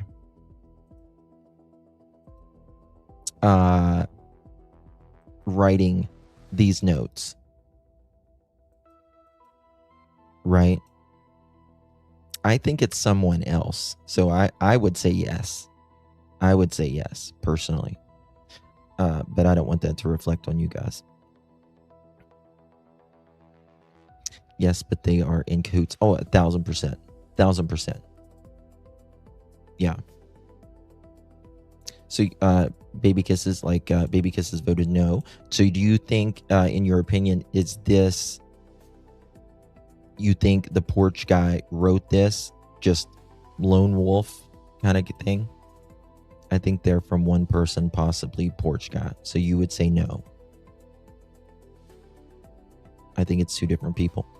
I just don't, the vibe that I get from him, I just don't see him as saying perished. I just don't I don't get him as saying she perished, she any of that. I just don't. In my opinion, the person is hired. It very well could be. I think I answered wrong. That's a good claim. You might be able to fix your vote. Just revote. It'll probably fix it. Hey, preschool granny, good to see you. I think the notes were possibly chat AI from another language translation. You know, I've wondered about that myself, but then I look at it and I'm thinking received is spelled wrong in one of them. Now, there are people that say AI can spell things wrong. I've not had AI spell anything wrong. Just me. So to me, I don't know. I don't know. Tasha, thank you so much for the Sunday, love. Really appreciate you. Very kind of you. Thank you so much. It's strange. Most people are saying the second one is most likely a female. So who is our female? I mean, it sounds very feminine, right? Sounds very feminine. It does. You know, it's like, I wonder if this guy's girlfriend, wife, is helping out. I don't feel like it's AI. I don't. But a lot of people do. A lot of people do. I do feel like this person is definitely bilingual. English may not be his first language. I feel like he does not have a strong connection in Tucson as well. I don't think that this guy has this big family in Tucson. But I could be wrong. I don't even think the porch guy, the injury or injuries, I think he was the helper assistant. I don't think the brains was at the scene. Porch guy assisted the person in the home. See, I don't. For me, if they have pictures of this guy or another person, two people taking Nancy out on cameras or showing up there, why wouldn't they put if there's another guy there at the scene, why wouldn't they put his picture out? You're twice as more likely to find them, at least one of them. You get what I mean? So I don't think that there was more than one person in the house. Now, there could have been someone in a car or something like that, but I don't think they were in the house doing this, in my opinion. The words buried in nature, who speaks like that? So strange. Very strange. And that also makes me think that this person, English may not be the first language. I think the first note addressed, hello, Savannah, is from a Guthrie. Second note addressed to the Guthrie family is someone outside the family, in my opinion. Yeah. AI can speak like that. Sure can. It sure can. But I just don't think it's going to say buried in nature. It was all agreed upon. Then it took a few months, and we finally published it on September 19th of that year. There's been a few other cases like that. So this is one of the cases where it could go any way, and nothing is ruled out. In my opinion, nothing. Sometimes there are tactical reasons for holding information back, but they did it exactly right. They put it looks like the two emails, I'm calling them Q1 and Q2. We can get into that in a little bit, but they didn't just transcribe them and perhaps lose something with a punctuation or even spacing after a period, formatting. So they redacted the sender's address, which is fine. And they redacted one last line, which is probably the Bitcoin address. And that's fine too. This way, if this person recontacts them, they will know they're talking to the same individual, as opposed to copycats, which there are probably going to be some copycats coming in this weekend, I'll bet, who claim they're the person who wrote this. So I don't think it's too little too late. I think they had to time it for a logistical, if not tactical perspective.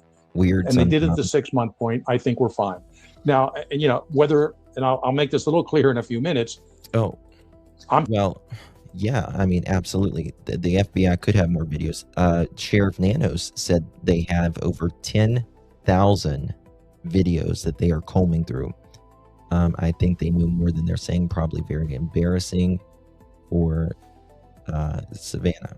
You think so? Like, are you, like, alumni, are you insinuating like it could be family? Is that what you mean? If they used AI that can't be traced, you think it could, Becky? You would think so. Oh, I would believe anything anymore. Not a dang thing surprises me. I can't get out. A dang mom who ate a kid. Oh no. What the hell's wrong with people? People are... First note said we will unalive her by a deadline. Second note said she perished straight away. Yeah, it did. It did. I think they were just trying to get the money without showing proof of life, in my opinion, in the very beginning. And they knew she was dead. Until they said, we want proof of life. That's when the note came out. And that's when Savannah said, okay, we understand you, but we still need to bring our mother home. And we're willing to pay. If someone used AI to create the message, don't mean that they used the entire thing. They probably used segments and reworded it their way. It's very possible. Very possible. I do think the first letter was pre-written. I absolutely do, because of the dates. There was an extra day. They apparently didn't count the days correctly. There are thousands and thousands of AI models now. Some are 100% standalone, meaning they are not connected to the internet at all and not trackable. How would it not be connected to the internet? I will say the FBI isn't hardly involved anymore. Kash Patel stated that himself last night. Trump clearly said, we are around, but the local sheriff is the one wanting to be handling it. Yeah, I've got some news on that we're going to go over just a little bit. I'm still not convinced these two emails we're going to discuss today are, in fact, the kidnapper. And I'll run some hypotheses by you shortly. So all our goal is today with me and Natalie, to your audience, let's try to find out. Oh, thank you, Drag Time. Appreciate you. Thank you for the butterfly. Oh, I was thinking about a whole different type of Drag Time.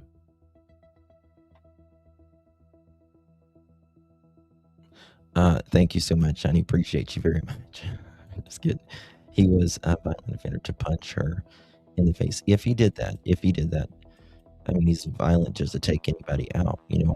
Thank you so much, Drag Time. Appreciate you. Doesn't AI need to be connected to the internet? That's from as far as I know. Yes, it does.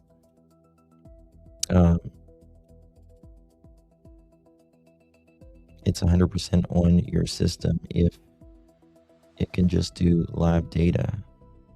It just can't do live data, but it can write notes, make videos, pics, etc. without internet. I've never seen that. At first note, I believe English, definitely not the first language. Agree. Yeah. Who wrote these two emails using forensic linguistics? And you can be an amateur because we all speak language our whole lives and read it, most of us. And that's what our goal is today, to pinpoint some very, I'll just say idiosyncratic and unusual features. I'm not going to use the word unique, which literally means one of a kind. I know Natalie won't either. There's been a few cases we've worked where we had something one of a kind, but this quite isn't it. So look, I've been very cautious about criticizing the investigators. I always say at the top of these things, the bosses go at each other sometimes with egos and narcissism, whatever, but the worker bees tend to get along just fine. Now think about this, and he's so right. Think about this, guys. Sheriff Doofy has the biggest ego in a small little man package ever. It's so bad. We need 150 more thumbs up. Come on, guys. Hit that thumbs up. Double tap that screen. Understanding the FBI agents that are still involved with the sheriff's deputies, investigators, they're working just fine. And to me, that's the most important. They all came together and so let's release this. Perhaps timed with Savannah's statement from a day or two ago, and I think even a more recent one. So I think the timing, to me, I would argue is perfect right now. This last month has been so crazy. I've been on the road so much for work. You can see I've been criminals. They can go search you had who may have written the note, and it sounded like a very targeted message to the person who may have written the notes. Then we had this release and the release of the notes, and then there was another Savannah message. I guess it was yesterday on the 6-month mark. Hey, Jen, do you think, Fitz, you? that this is all?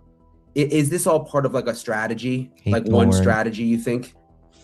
It is, and I don't want to take away from Savannah. I have no doubt they are 95% her words, her sentiments, her feelings. She means what she says when she's looking into the camera.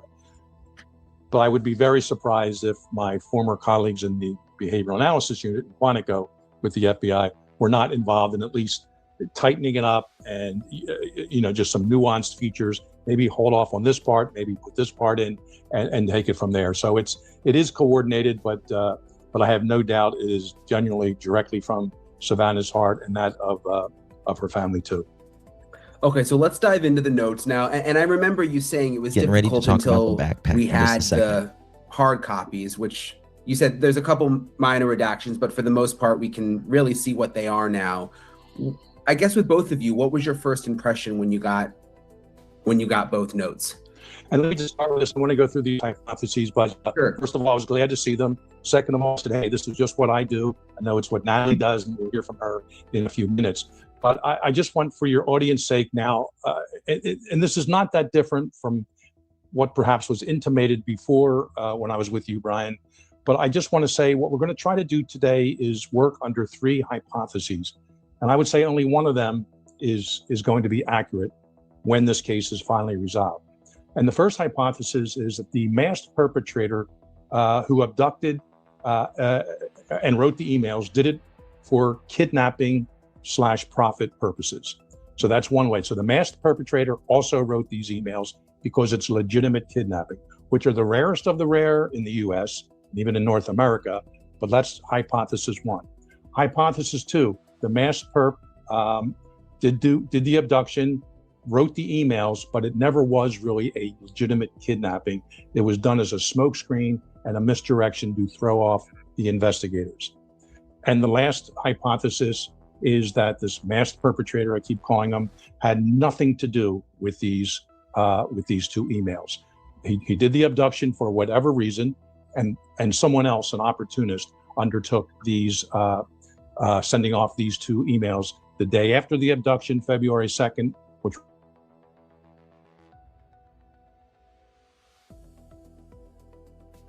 other hypothesis that would fit. The masked guy wrote these, and 2 hypotheses, because he really wanted the money. The masked guy wrote these, doesn't care about the money at all, had some other personal agenda, and just used that as a smokescreen. Or the masked guy did it and then had nothing to do with the emails, and someone else, an opportunist from Tucson, from the US, from overseas, wherever. So our goal is here, Brian, regardless of one of those hypotheses, which one turns out to be true, we still want to try to identify the author, just like we did in the Unabomber case. I'm kind of just personally leaning towards hypotheses 1 and 2. I am very convinced by the line in the first email about the location of the Apple Watch and the broken floodlight. And I know some people have said, oh, but someone could have seen the crime scene was opened up for a little bit. And just the thought that some stranger would be back behind her house or flying a drone that early on and have seen the broken floodlight and somehow know, and also how would they, I'm more and more convinced that these are real. That's just my personal feeling. And Brian, you may know better than me, but I don't know if the authorities ever officially acknowledged, yes, the smartwatch was found at the foot of her bed. No. Okay. They haven't. But they have acknowledged that there were things from early on, that there were things in the letter that made them believe that it was real. So they didn't say, oh, there were things, some things, and some were right and some were wrong. And Savannah said the same thing in her interview when she did it with Hoda. So I think those things are right.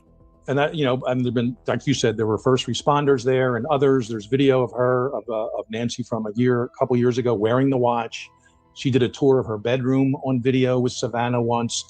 Just, you know, fun mom and daughter things, very normal stuff, except she happens to be Savannah, a very successful and wealthy TV personality. So yeah, you're right. 1 and 2 could very well be where this would lean, not both, one or the other, I would say. And we'll see how it plays out. But the bottom line is, let's try to identify the author of this communication. I was having technical trouble behind the scenes. It wouldn't pull up. I was sorry about that.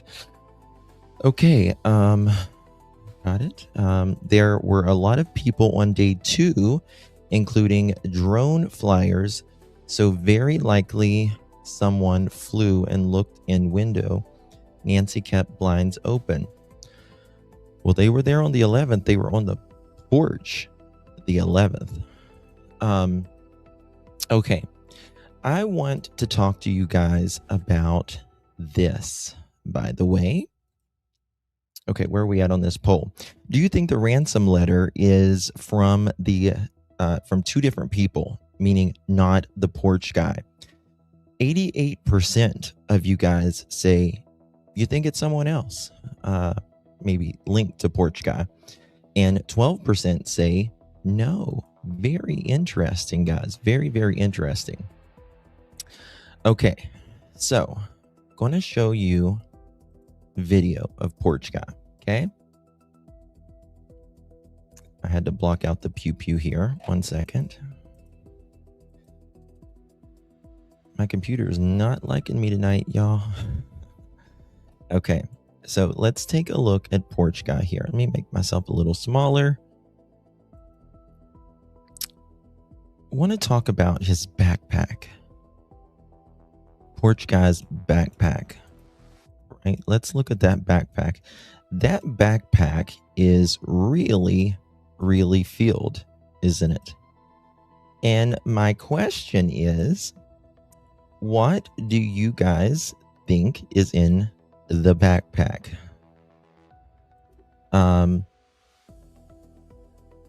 What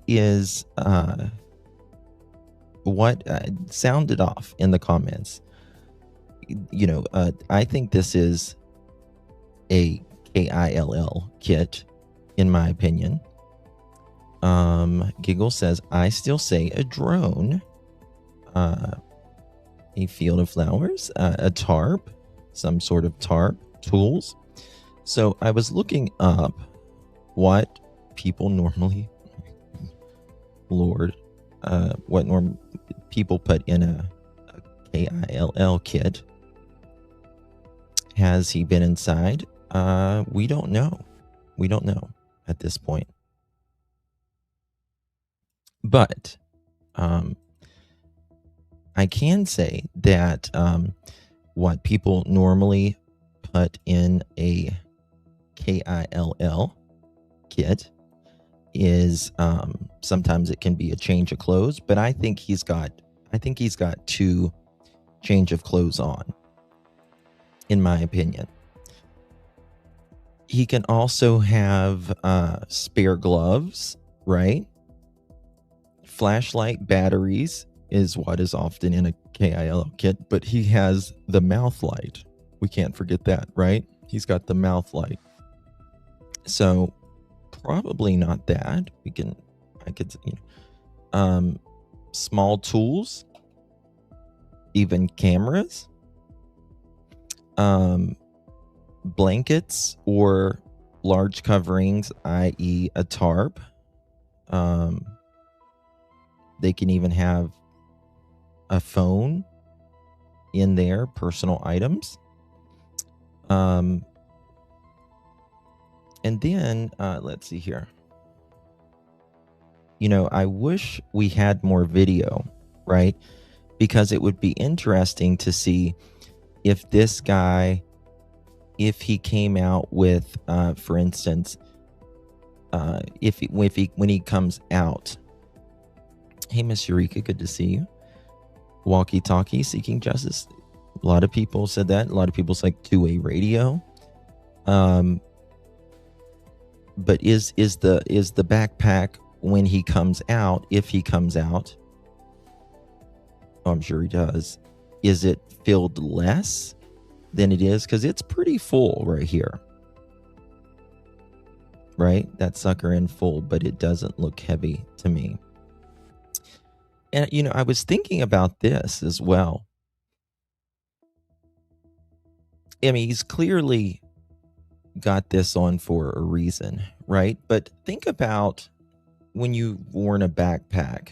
Go back to your school years or whatever. Like, it really kind of constrains you, doesn't it? Hey, Carla, good to see you. What's in the backpack is a drone, maybe an exchange of clothes, maybe a laptop. Could be.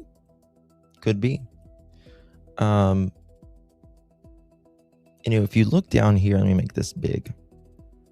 Take a look down here, like it's something is, you see how it's like bulging right here as well? And then you can see something right here as well. There could be rope in it.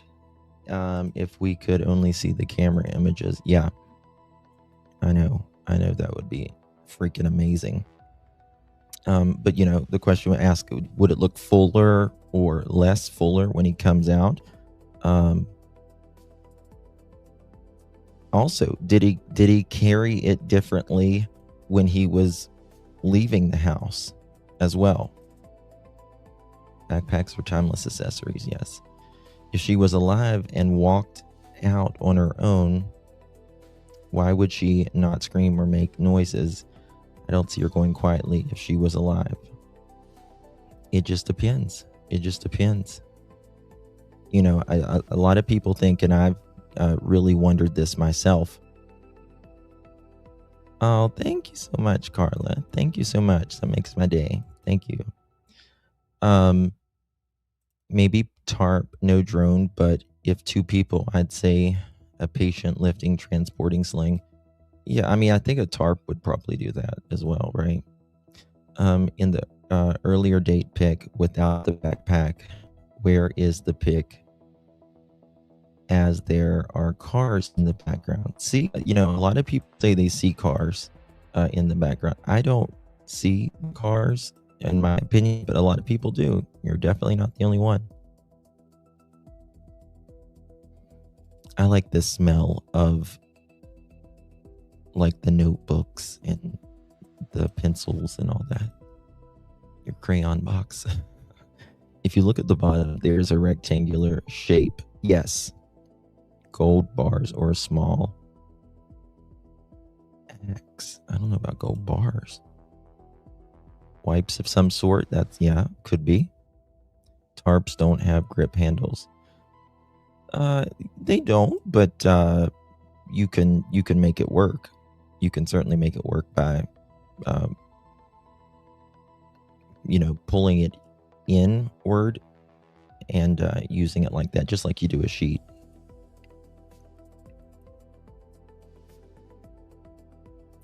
Okay. Mine is Miss Sketcher Marks. Oh. Okay. Did he remove anything near the door? No. Could anything from the home fit inside? Well, yeah. Did the bag contain a change of clothes? I think he's got, tell me what you guys think. I think he's got a change of clothes.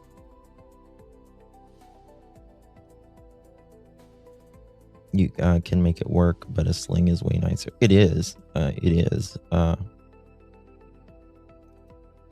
about a Starlink adapter to run his drone on? Well, we don't know he has a drone. You know, that's just what's the word I'm saying? A theory, right? I don't personally think that there's a drone. I mean, there could be, but there could be a second face covering, right? It could be spare gloves, spare shoes, lightweight clothing that could be discarded,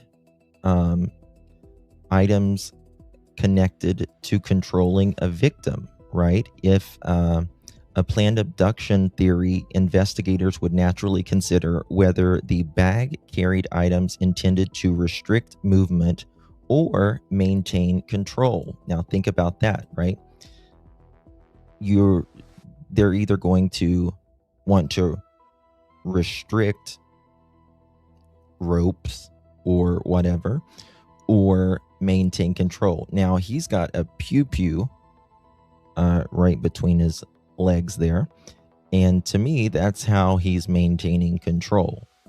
So I think that what is in this backpack is either something to restrict, clean up, meaning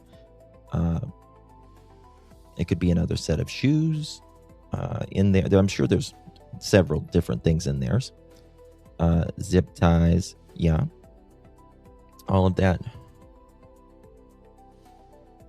Justin, if you look at the backpack when the purple guy is walking towards, I mean the porch guy is walking toward the bush there, pick up the leaves, you could see there is a drone in his backpack. I don't know about that.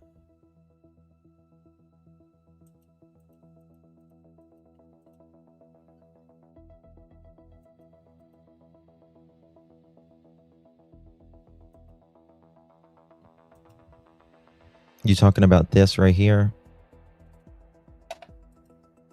Make it bigger. I mean, it certainly could. You know, it certainly could be something like that. Spray bottle for cleanup. Chloroform. I've been watching too much crime. Yeah. That's awesome, Carla. Justin, I sent you a picture of the perp wearing backpack. In my opinion, you can see the outline of a drone, possibly imprint from previous owner of backpack. I said, well, I mean, oh, I see what you're saying. Okay, look at this, guys. This is interesting. Let me show you this. Someone just sent me this. It could very well, I guess, be a drone. It's interesting. Check this out.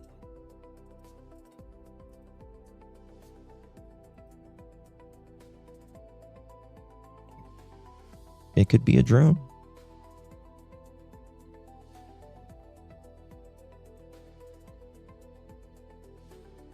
But I mean, what's the drone for?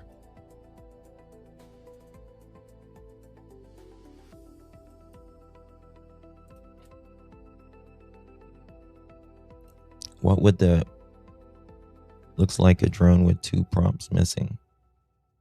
I don't know.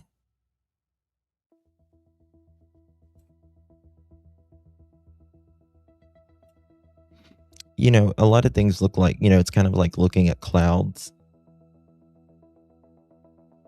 Still don't look like an Ozark bag, do you?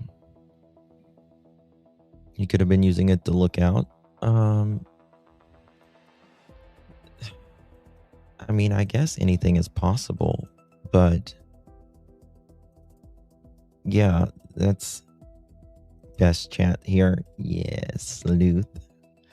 He wouldn't have time for a drone, in my opinion. I agree. It's not a drone. Those blades would trash and it would fly all wonky. See, that's what I would think too. To me, drones they're very lightweight and they're very, very plasticky and they're very easy to break.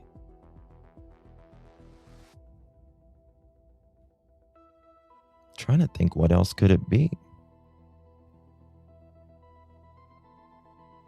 I don't know. The drone was to watch for when solar lights went off and after the drop up. Looks like a doll. Could have been for Wi-Fi scramble. I don't buy the Wi-Fi scramble. It's very difficult. If it was used as a camera, it wouldn't need to fly. What does that mean? I don't understand what that means. If it was used as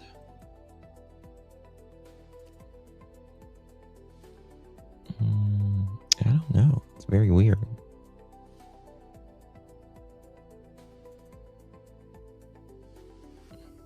It could be just the way the bag is designed there. Yeah. Let me go back to this video.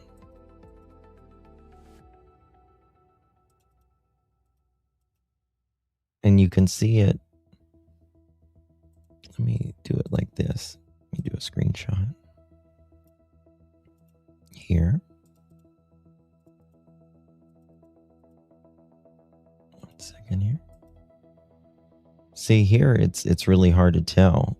But look at this. You guys see that? It almost looks like something round right there. You can tell, look at the outline of it, whatever it is. Yeah, I don't think it's a drone. Look at this. I do think it's the design of the backpack. I think it's how it's sewed. Look at this. It's sewn right around here. It's to give extra room. This is a zipper right there. He might have something in this zipper right there. See that?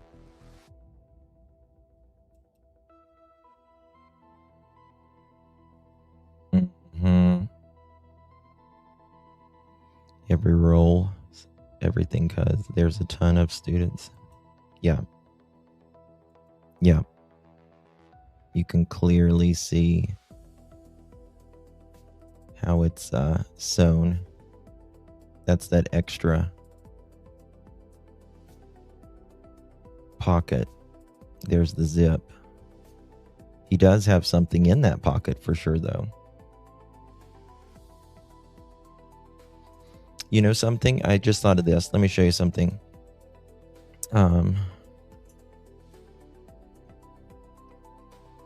Look at this.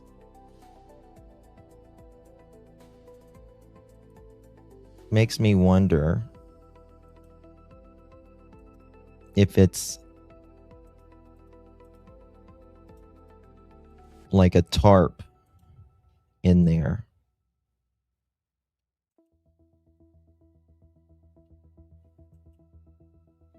Go look at your own backpacks. Maybe an automated. I don't think this guy's that intelligent. When they received that first ransom letter the next day, Savannah came out and spoke about the ransom. Why did she have to come out and say that? Why not just pay the ransom? Good question. Oh, by the way, do y'all know how they were talking? Do you know how they were talking to this guy? They were talking to him through the Bitcoin app or whatever. What if it's a student from ASU? That would not surprise me a bit, Ginger. Wouldn't surprise me a bit. Maybe a tarp and tarp rolls. Well, I was just thinking about how these tarps are like put, how they're like folded up. Let me see here.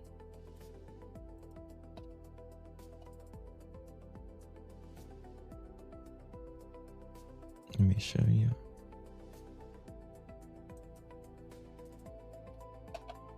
It doesn't take, a big tarp for a body. 8x10 commercial grade.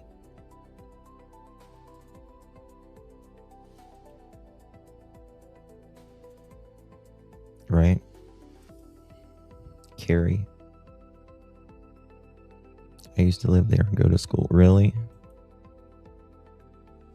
Tarps are large and well, I mean, an 8x10 is not. I'm already paranoid in these hospitals. No locks. Okay. So clearly something's in there. But I think it's the way it's sewn that makes it look like this shape. And then look at this right here. Make it bigger. Turn your head sideways like I do. Look at this.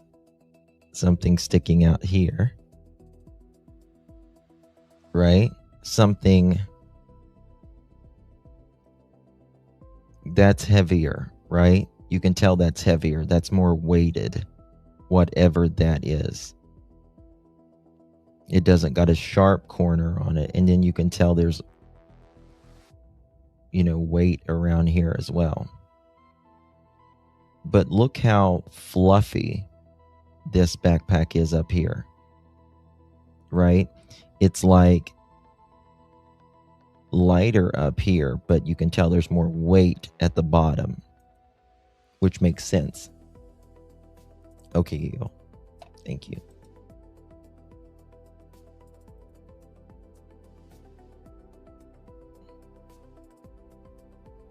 Yeah, there's the fold-up drones, yeah. Let me show you this. I'm not convinced it's a drone, just my opinion. Pillow as a silencer. What she could, you could use your own pillow or her pillow for that.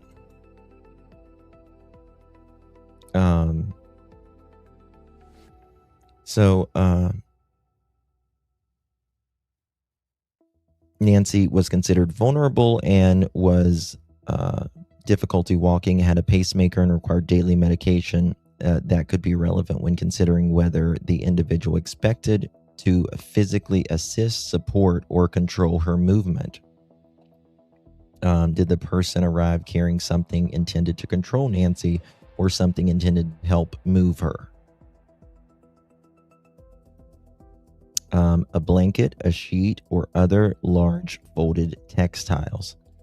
A folded blanket, dark covering, protective sheet, or similar soft material could make a 25-liter backpack look very full without making it extremely heavy.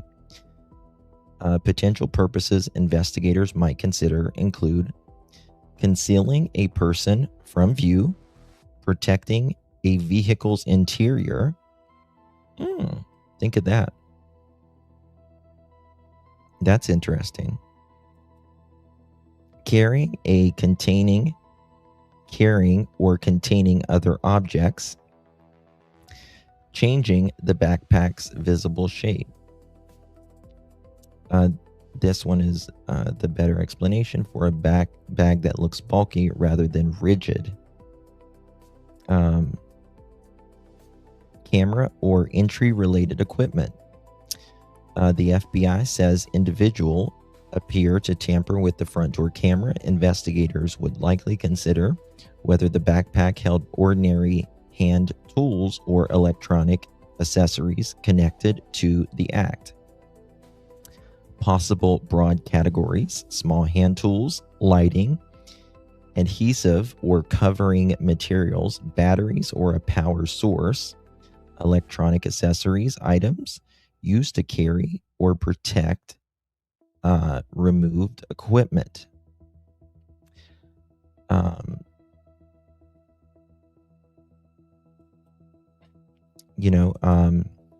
What makes me question this is think about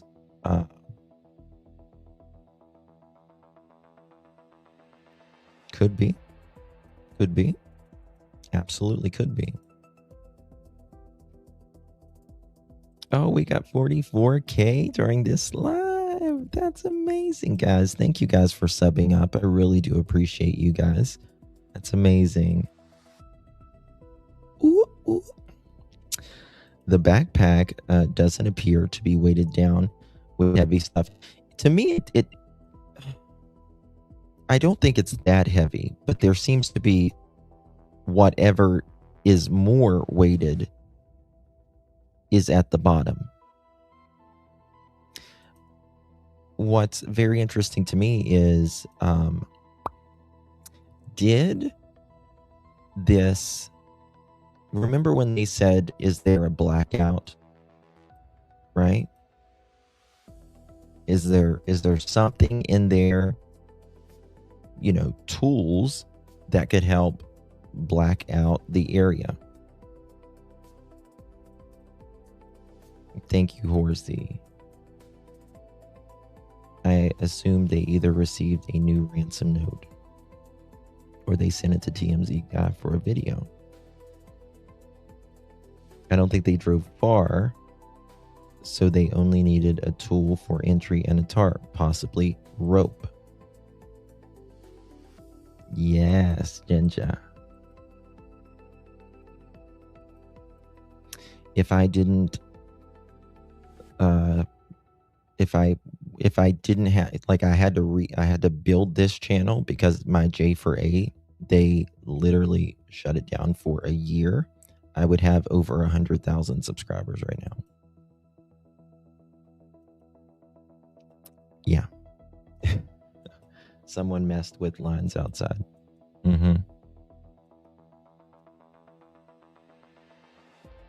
That would turn anything.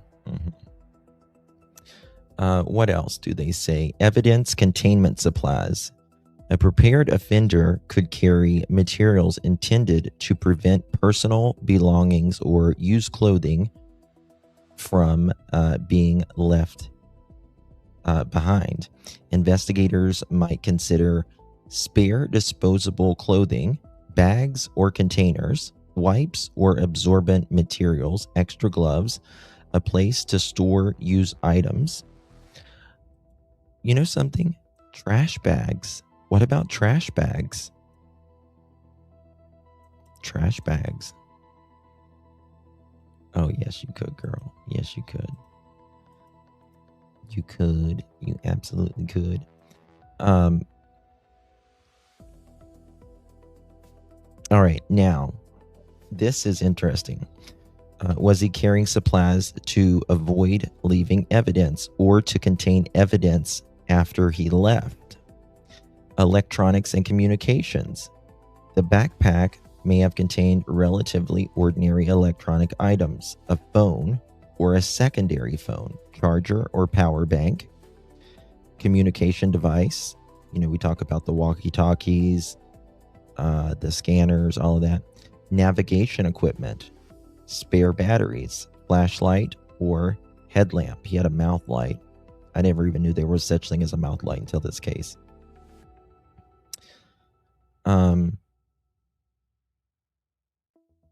What else do we got here? Personal supplies, water, food, rain gear, first aid supplies, personal medication, everyday belongings. I doubt if he took his medication. He didn't take her medication.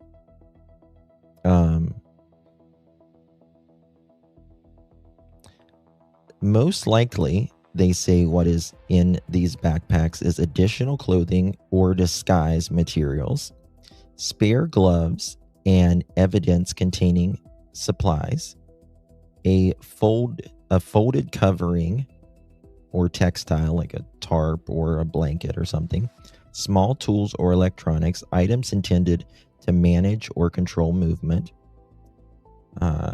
personal supplies for whatever happened afterward.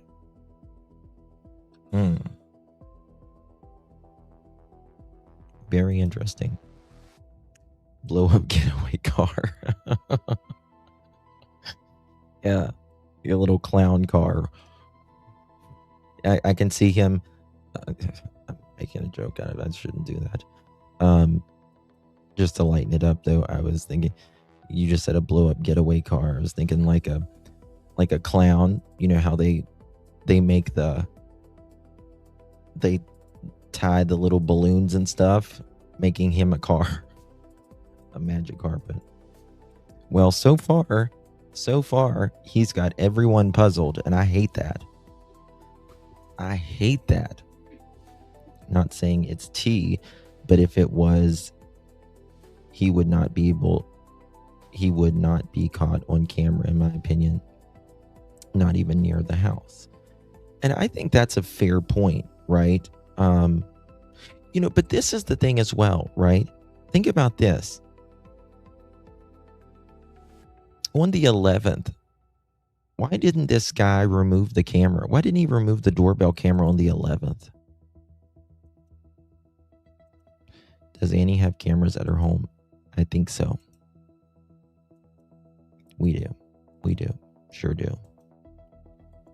So, that's the question, right? Wait 45 minutes. So what took so long to wake her up and walk out? Well, Kitty, this is the thing. The 45 minutes, it doesn't mean inside the home, right? The 45 minutes starts when they're on the property, right? Seems like this person was definitely, which we know this person was definitely in the backyard and was definitely in the front yard, right? We know he was in the backyard because the lights in the backyard was torn off. He said so in the note. And we know he's in the front yard essentially because he's on camera. It was Sunday morning. She has a child too. What do you mean he has a child? Okay, that makes sense. Again, there is no timestamp on the video. We don't know if it was the night of her abduction. I believe it was the 11th, in my opinion. Why didn't the ransom letter say the back door and the back gate was propped open? Right. That's a good question, Rajui. That's a very good question. Right? They said that the watch. Let me go to that 1 second.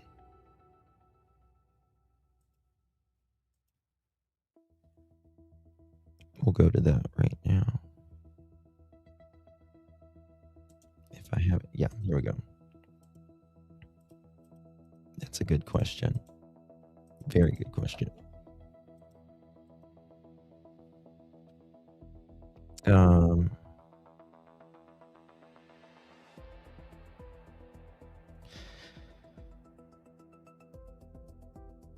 She had a smart watch on the floor of the foot of her bed, and the white floodlight in the backyard was destroyed.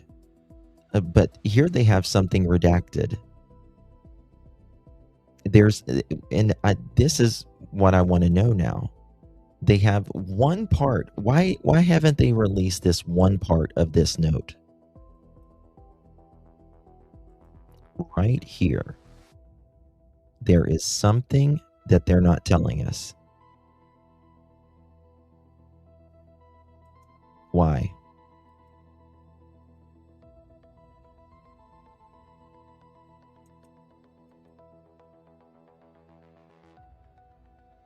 Yeah, and there was plant growth as well. Yeah.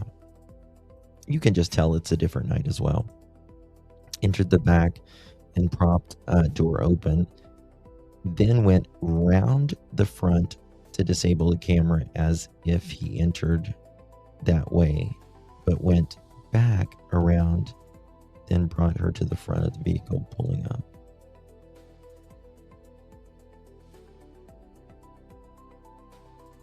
That's the Bitcoin address. You're right. You're right. Because I forgot about that. You guys are absolutely right. They initially put out the Bitcoin address, which I have that. Where is it? They originally put out the Bitcoin. So look at this. Is it on this one? Let me just upload it again. Look at this.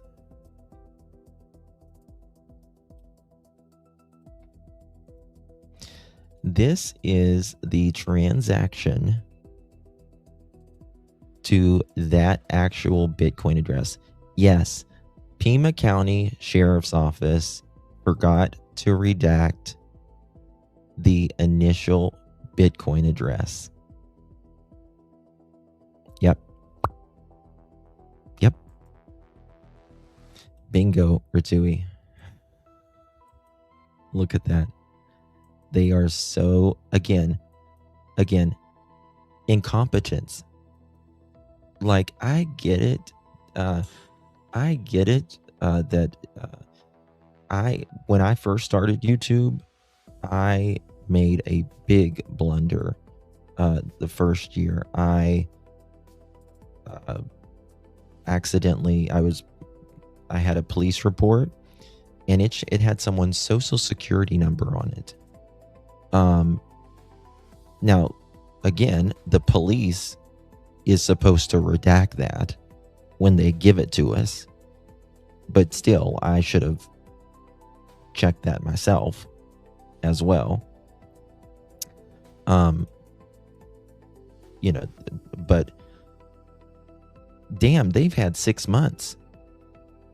They've had 6 months. You know what I mean? 6 months to do this.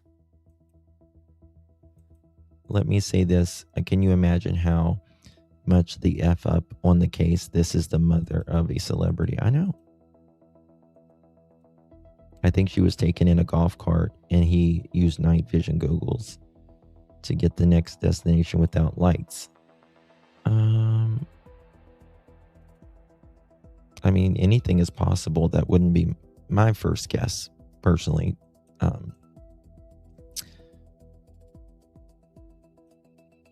I still feel like Ivan Miller had something to do with Nancy. Just my opinion. Who agrees or disagrees? You're not the first one that said that, Emma. Let me show you Ivan Miller for the y'all don't know. But I don't know if he was ever let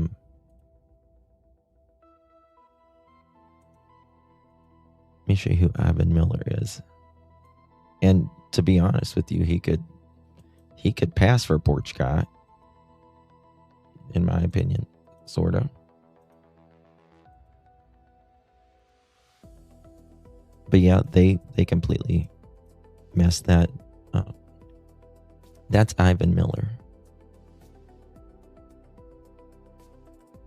Just the way my mind works. I understand no one should get special treatment, but they do. Oh, they fucking do. Of course they do.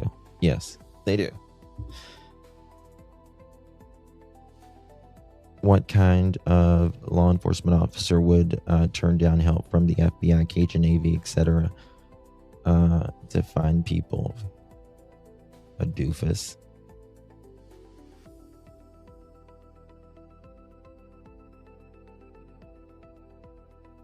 Daniel drives for who delivers from Tucson. I've been looking at, yeah, I thought you had Rachewy. I think I'm just random doing his crimes. I don't think he's involved in Nancy. I don't think he was ever in Tucson, was he? I mean, oh, it's bad, Summer Breeze. It's so bad. Do you think it was because of me? But I believe there's more than one person. This guy was a killer on the run. Yeah. Yeah. Seems like others were on the run as well. But let me pull this up here and show you guys. Where was it? There is this thing that's out. Oh, let me show you about this about Trump, by the way, before we get into it, the next thing. I told you I would talk to you guys about that. President Donald John Trump weighs in on the Nancy Guthrie investigation amid criticism of Pima County Sheriff's Office. President Donald Trump weighed in the Nancy Guthrie investigation after a new report raised concerns about the Pima County Sheriff's Department efforts to find missing 84-year-old Nancy. Quote, some people haven't liked the way local community is running it. They haven't liked the way the sheriff runs it, Trump told reporters aboard Air Force One on Saturday, August 2nd, yesterday. The president comments regarding Sheriff Chris Nanos after the Wall Street Journal published an article. I don't think it'll let me pull that up. Okay. Published an article on Saturday, August 1st that listed mistakes made by Nanos and his team. Quote, we should like to give them the benefit of the doubt. Trump says, we would like to give them the benefit of the doubt. We're there anytime they need us. We're there anytime they need us well. It's a terrible thing, Trump continued. He also confirmed that the FBI is currently, quote, involved to an extent, end quote, despite the local community really running the investigation, he says.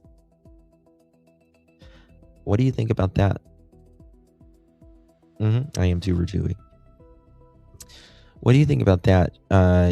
He says the FBI is there to an extent. The FBI Phoenix is involved. I mean, FBI, just different offices. But what does that mean? What is going on? Phoenix FBI. Okay. Why are you sorry, Summer Breeze? They found a 66-year-old woman unalive behind the church. Yes. Yep, they sure did. Trump wants to sound involved, but he's so far removed from the case, with the exception of the Nanos, in my opinion.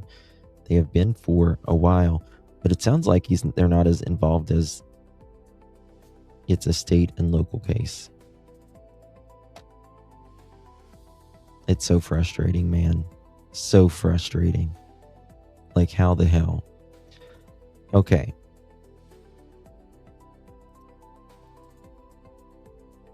Got some more stuff. Oops, wrong one. Brand new. Like, I think the timing is interesting. Look, we already knew most of the contents of these notes, but it's interesting they were taking the notes seriously. Remember, Reuters had that report that they thought the notes were fake. We've been reporting that for the most part, the FBI thinks the notes are real. I think this backs up that they are taking them seriously and believe that they could very well be legitimate, or they wouldn't be releasing them like this. The tone of the two notes is so different, Blake. The first one, just horrific and basically threatening to kill Nancy. And then the second one, just, it almost seems like it was written by a different person. Essentially, it's an apology. And a few new things we learned today, Blake, quickly, that from the sheriff's office, they're confirming the video that we've seen from the front Ring doorbell camera. We reported this early on. They're now confirming that the video is from different nights, that the person was out there likely scoping out the place. Boom. Again, 2 different nights. He was they confirm that he was scoping out the place, getting things prepared ahead of the abduction. And they're also now asking people to come forward who may know someone who was talking strangely about Nancy Guthrie, who's now avoiding the neighborhood, who has unexplained injuries like cuts or bruises, a change in physical appearance, who was cleaning their vehicle in a strange way. They've never gone to this extent to put this kind of a list out and ask people to come forward if they know anyone who meets those qualities. So I thought that was interesting. That just came out today. Yeah, Rob, the sheriff's office also goes on to say these communications reveal distinctive patterns of word choice, syntax, and phraseology that reflect the writer's unique linguistic style. Yes, there were cameras inside, Teresa. There were absolutely cameras inside Nancy's house. And they just got, the cameras inside just got thumbnails of a little bit of video right before the police showed up, or while they were showing up. I think that's what it said.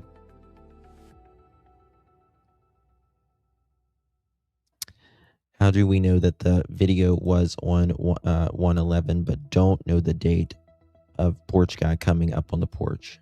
What do you mean, Babs? The porch guy came up on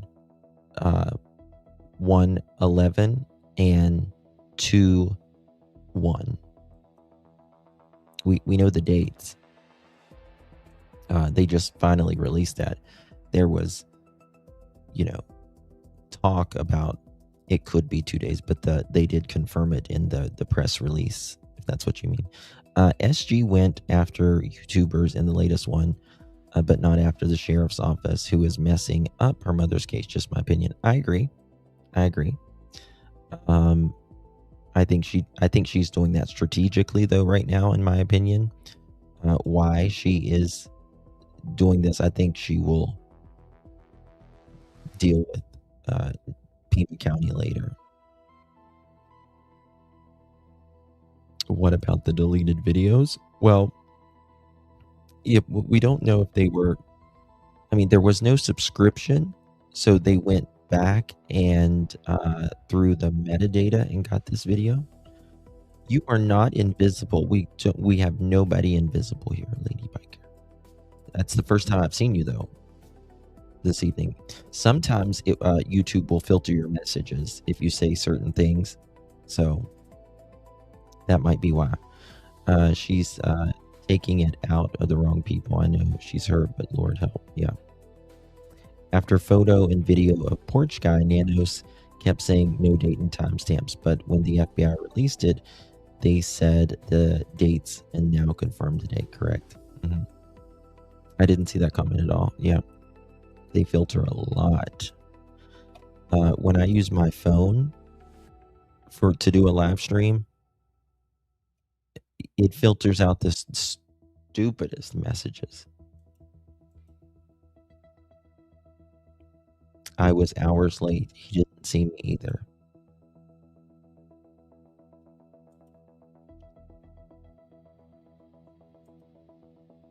Kelsey, to the office, please. You're being paged. Kelsey, to the office, please. You're being paid. We need a late slip for Miss Kelsey. She is very late, mods. Nearly 3 hours. I will deal with you, girl. Justin, I just posted your comment on screen earlier. Justin posted your comment on screen earlier, Goose. Yeah, I seen Goose. No, I put your thing on the front earlier. I had to go to a different browser than Chrome. I was invisible too. I think YouTube does not like certain electronic. They specifically don't like Apple, in my opinion, allegedly.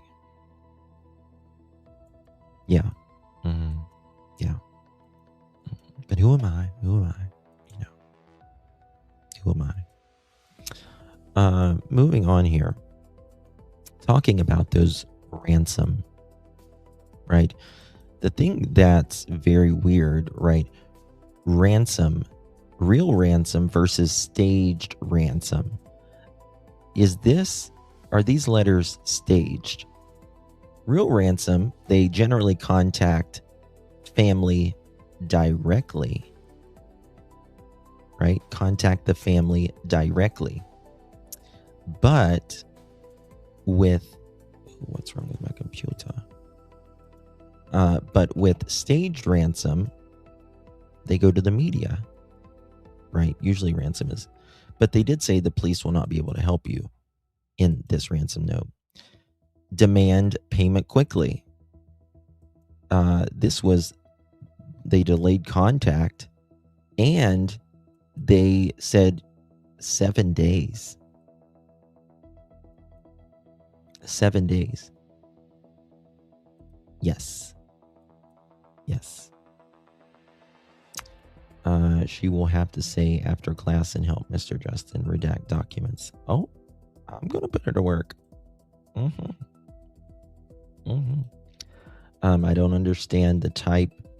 Silent Savannah should be saying something about the way her mom's case has been handled. It's, to be fair, we don't know if she's said anything privately or not. She doesn't talk to Nanos, so in my opinion, I think that she's probably dissatisfied. I don't think anybody could not be dissatisfied. Remember, the ransom note was read out by Crime Junkie Brianna, so this isn't new. Correct.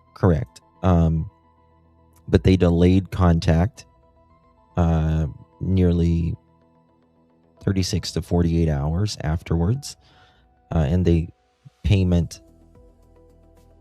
within 7 days. You got to get this guy's is going to get back to his life in 7 days. Sounds like he works 5 days a week. Focused on transaction, right? Shaping a storyline. She died. She's in nature. Sorry. Wants a fast exchange. Buys time and confusion. Misdirection, narrative control. When it doesn't act like a real ransom, suspicions grow. I was really sorry if this has been discussed, but what do y'all think Savannah meant by "we did our part"? I used to think this video that she did went to Sheriff Doofy, not really the ransom guy, but now I do feel like it's the ransom to the guy. And I think she's like, we contacted you, we did our part, we're willing to pay, but he hasn't gotten back in contact, right? And this is the other thing, right? Like if this guy really thought this out, if the motive was ransom, let's think about that a second. This guy is asking for or $6 million. Okay. Savannah says, sure. Just let us know she's alive, right? Show us that you are the real guy. He comes back with a note and says, we're sorry. She died very shortly after we took her. We didn't realize she was as delicate as she was. We wish you peace. Bye. Savannah comes out with this video. We understand, but we still need our mother back. And we're willing to pay. That should perk up his ears. If it was true ransom money that they were looking for, if they got her back dead or alive, obviously they want her back alive, but they still want her back. And the guy still gets money. But he's not saying anything. So why is he not getting the money? You can say, well, he's probably afraid that he's going to get caught. Evidence on the body or whatever. But if Nancy was alive, she could talk and say what she lived through, what she noticed, what she heard, what she seen, what she felt.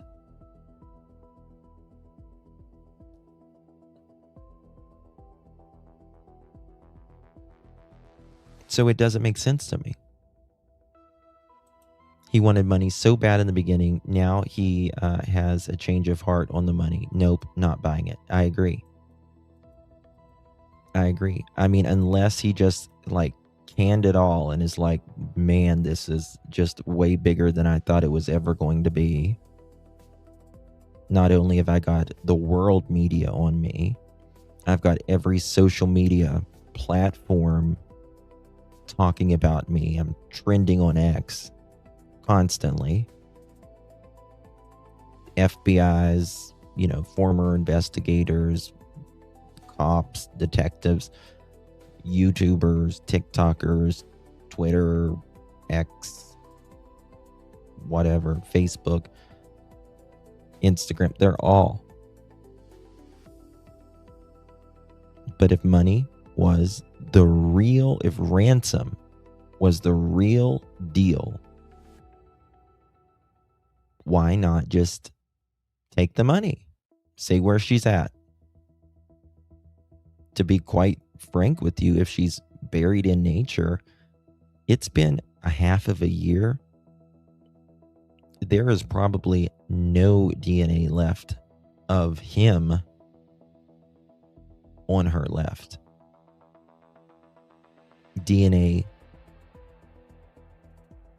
doesn't last very long in the elements, right? But you could also think, well, does this, wherever she is buried, will it, possibly give a clue to who this person is, right? Yeah, I think this letter was truly a distraction. I think they would have, taken. I clearly think that they would have taken the money in the beginning because they gave a Bitcoin address, right? We can't deny that they gave a Bitcoin address, so they clearly wanted money. But I don't think that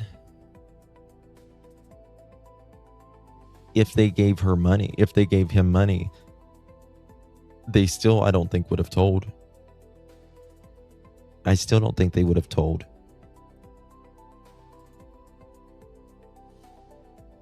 You know, and a lot of people's like, well, why shouldn't, you know, she should have just put the money in there. Well, just because you put the money in there doesn't mean she's going to be found.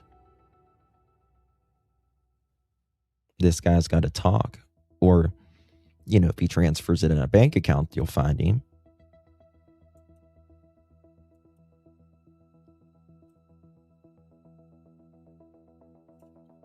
But I think this guy's younger. I don't think he's 20. But I do think he's, you know, younger than 40. I think he knows about, you know, cryptocurrency.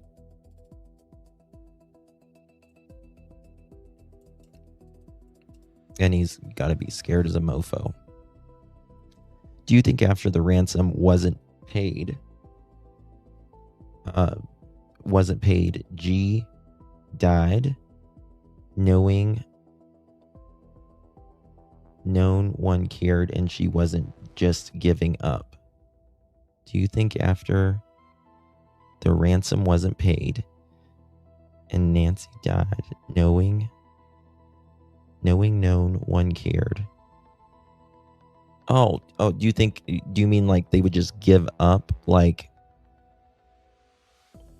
nobody cared, move along kind of thing? Maybe. If I was kidnapped and I'm 84 years old and stuff would rather be dead. I mean, wouldn't even wake nobody to wish I was alive and still tortured. He's younger than mid-30s. I think mid-30s too. Yeah. He's a teacher more than likely. You think so? We were talking last night. Do you think that this guy is like Native American? Before the ransom, how much did Savannah Guthrie offer? A laughable amount. Well, they put like, how much was it in the, what was it, like $300 or something like that? I mean, I think Savannah, I mean, I don't think the money's the issue. I've lost sleep these last 6 months. I'm not sure what to think. I just pray it is solved and justice for Nancy. There's no proof that Savannah has paid anything. Yeah, I think the FBI put like less than $300 in. Yeah. Can you imagine the president saying that about you? Yeah. Bad. An 84-year-old woman with health issues would be no benefit to kidnap. Well, it's like 84 years old. We didn't realize she was as, you know, in poor health as she was. You either are lying, you didn't do your research, if you don't know her, and she's 84.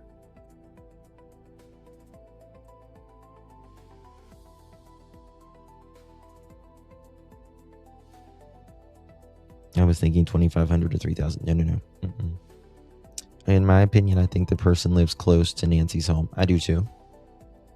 I think they live very close. Me too. I want Nancy to go home. Yeah, me too. I know a creepy teacher there, and he's Native. Patty, I agree. Or they know someone who lives close. Yeah. Hey, Sammy, good to see you. Like under 2 miles, Uber travel. It's close. I think it's close. I think that they saying back in Tucson, I think we should look at the opposite of that, in my opinion. I think it's just to throw everybody off. to spend Bitcoin in the physical world, eventually move funds through the bank's credit cards and prepaid card networks. The FBI monitors these financial off-ramps, which require, the only way you're getting it out from in a financial, like monies, real monies, is you got to put it into some sort of bank account. How about the big white box truck from the house down the street, where it's been parking with no tags on it and a green line on it? I'm not real convinced of it, to be honest with you. I think she's probably out in a desert somewhere, not far out of town. On a BE special, he talks to DNA lady, forgot her name.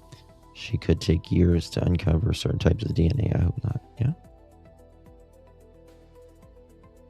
Or you spend it, buy items with Bitcoin directly. Yeah, and that's true. That's true, right? Like, but how many people just buy stuff with Bitcoin? Like, who all takes Bitcoin? I mean, I'll be the first to tell you, I have no idea on this topic. I'm zilch about the Bitcoin. I've learned more in Bitcoin in this case than I knew prior, that's for sure. But like, can you, like with Amazon, let's say Amazon takes Bitcoin. Well, wouldn't they be able to track whose address that came from? But I think you can make different wallets as well. Who would carry a body across state lines? Ain't me. The further you go out, the more likely you're to get caught. First commercial Bitcoin purchase was in 2010 for a pizza. Today, that is 1, 10, 100,000, 10,000, 100,000. Really? You can transfer Bitcoin into multiple different accounts. Yeah, with different IPs. You can do microtransactions with. Yeah, now Russia, it would be very hard to track for sure. Any adversary. Justin, I don't know about Bitcoin either, but I know common sense, just like you, right? You have a group of other people in connected devices. Yeah. We need someone to go into and see if there's any talk, Nancy. That would be interesting. Ain't me. I don't want the FBI knocking on my door. All right, guys. Thank you all so much for joining me. I really do appreciate you. You guys are amazing. I want you to know that. Special thank you to mods, members, everyone in chat. Really do appreciate your time. Russia or Dubai, it disappears.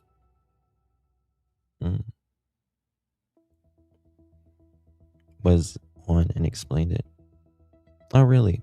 Randy, I need to look at that. I keep hearing rumors that Carlos' family members has a trucking business, but that is not confirmed. It would be interesting if he did. I would say whoever this is certainly involved in some sort of rugs, for sure. Yeah. I have him, Golden. I have him. Thank you, love. Appreciate you.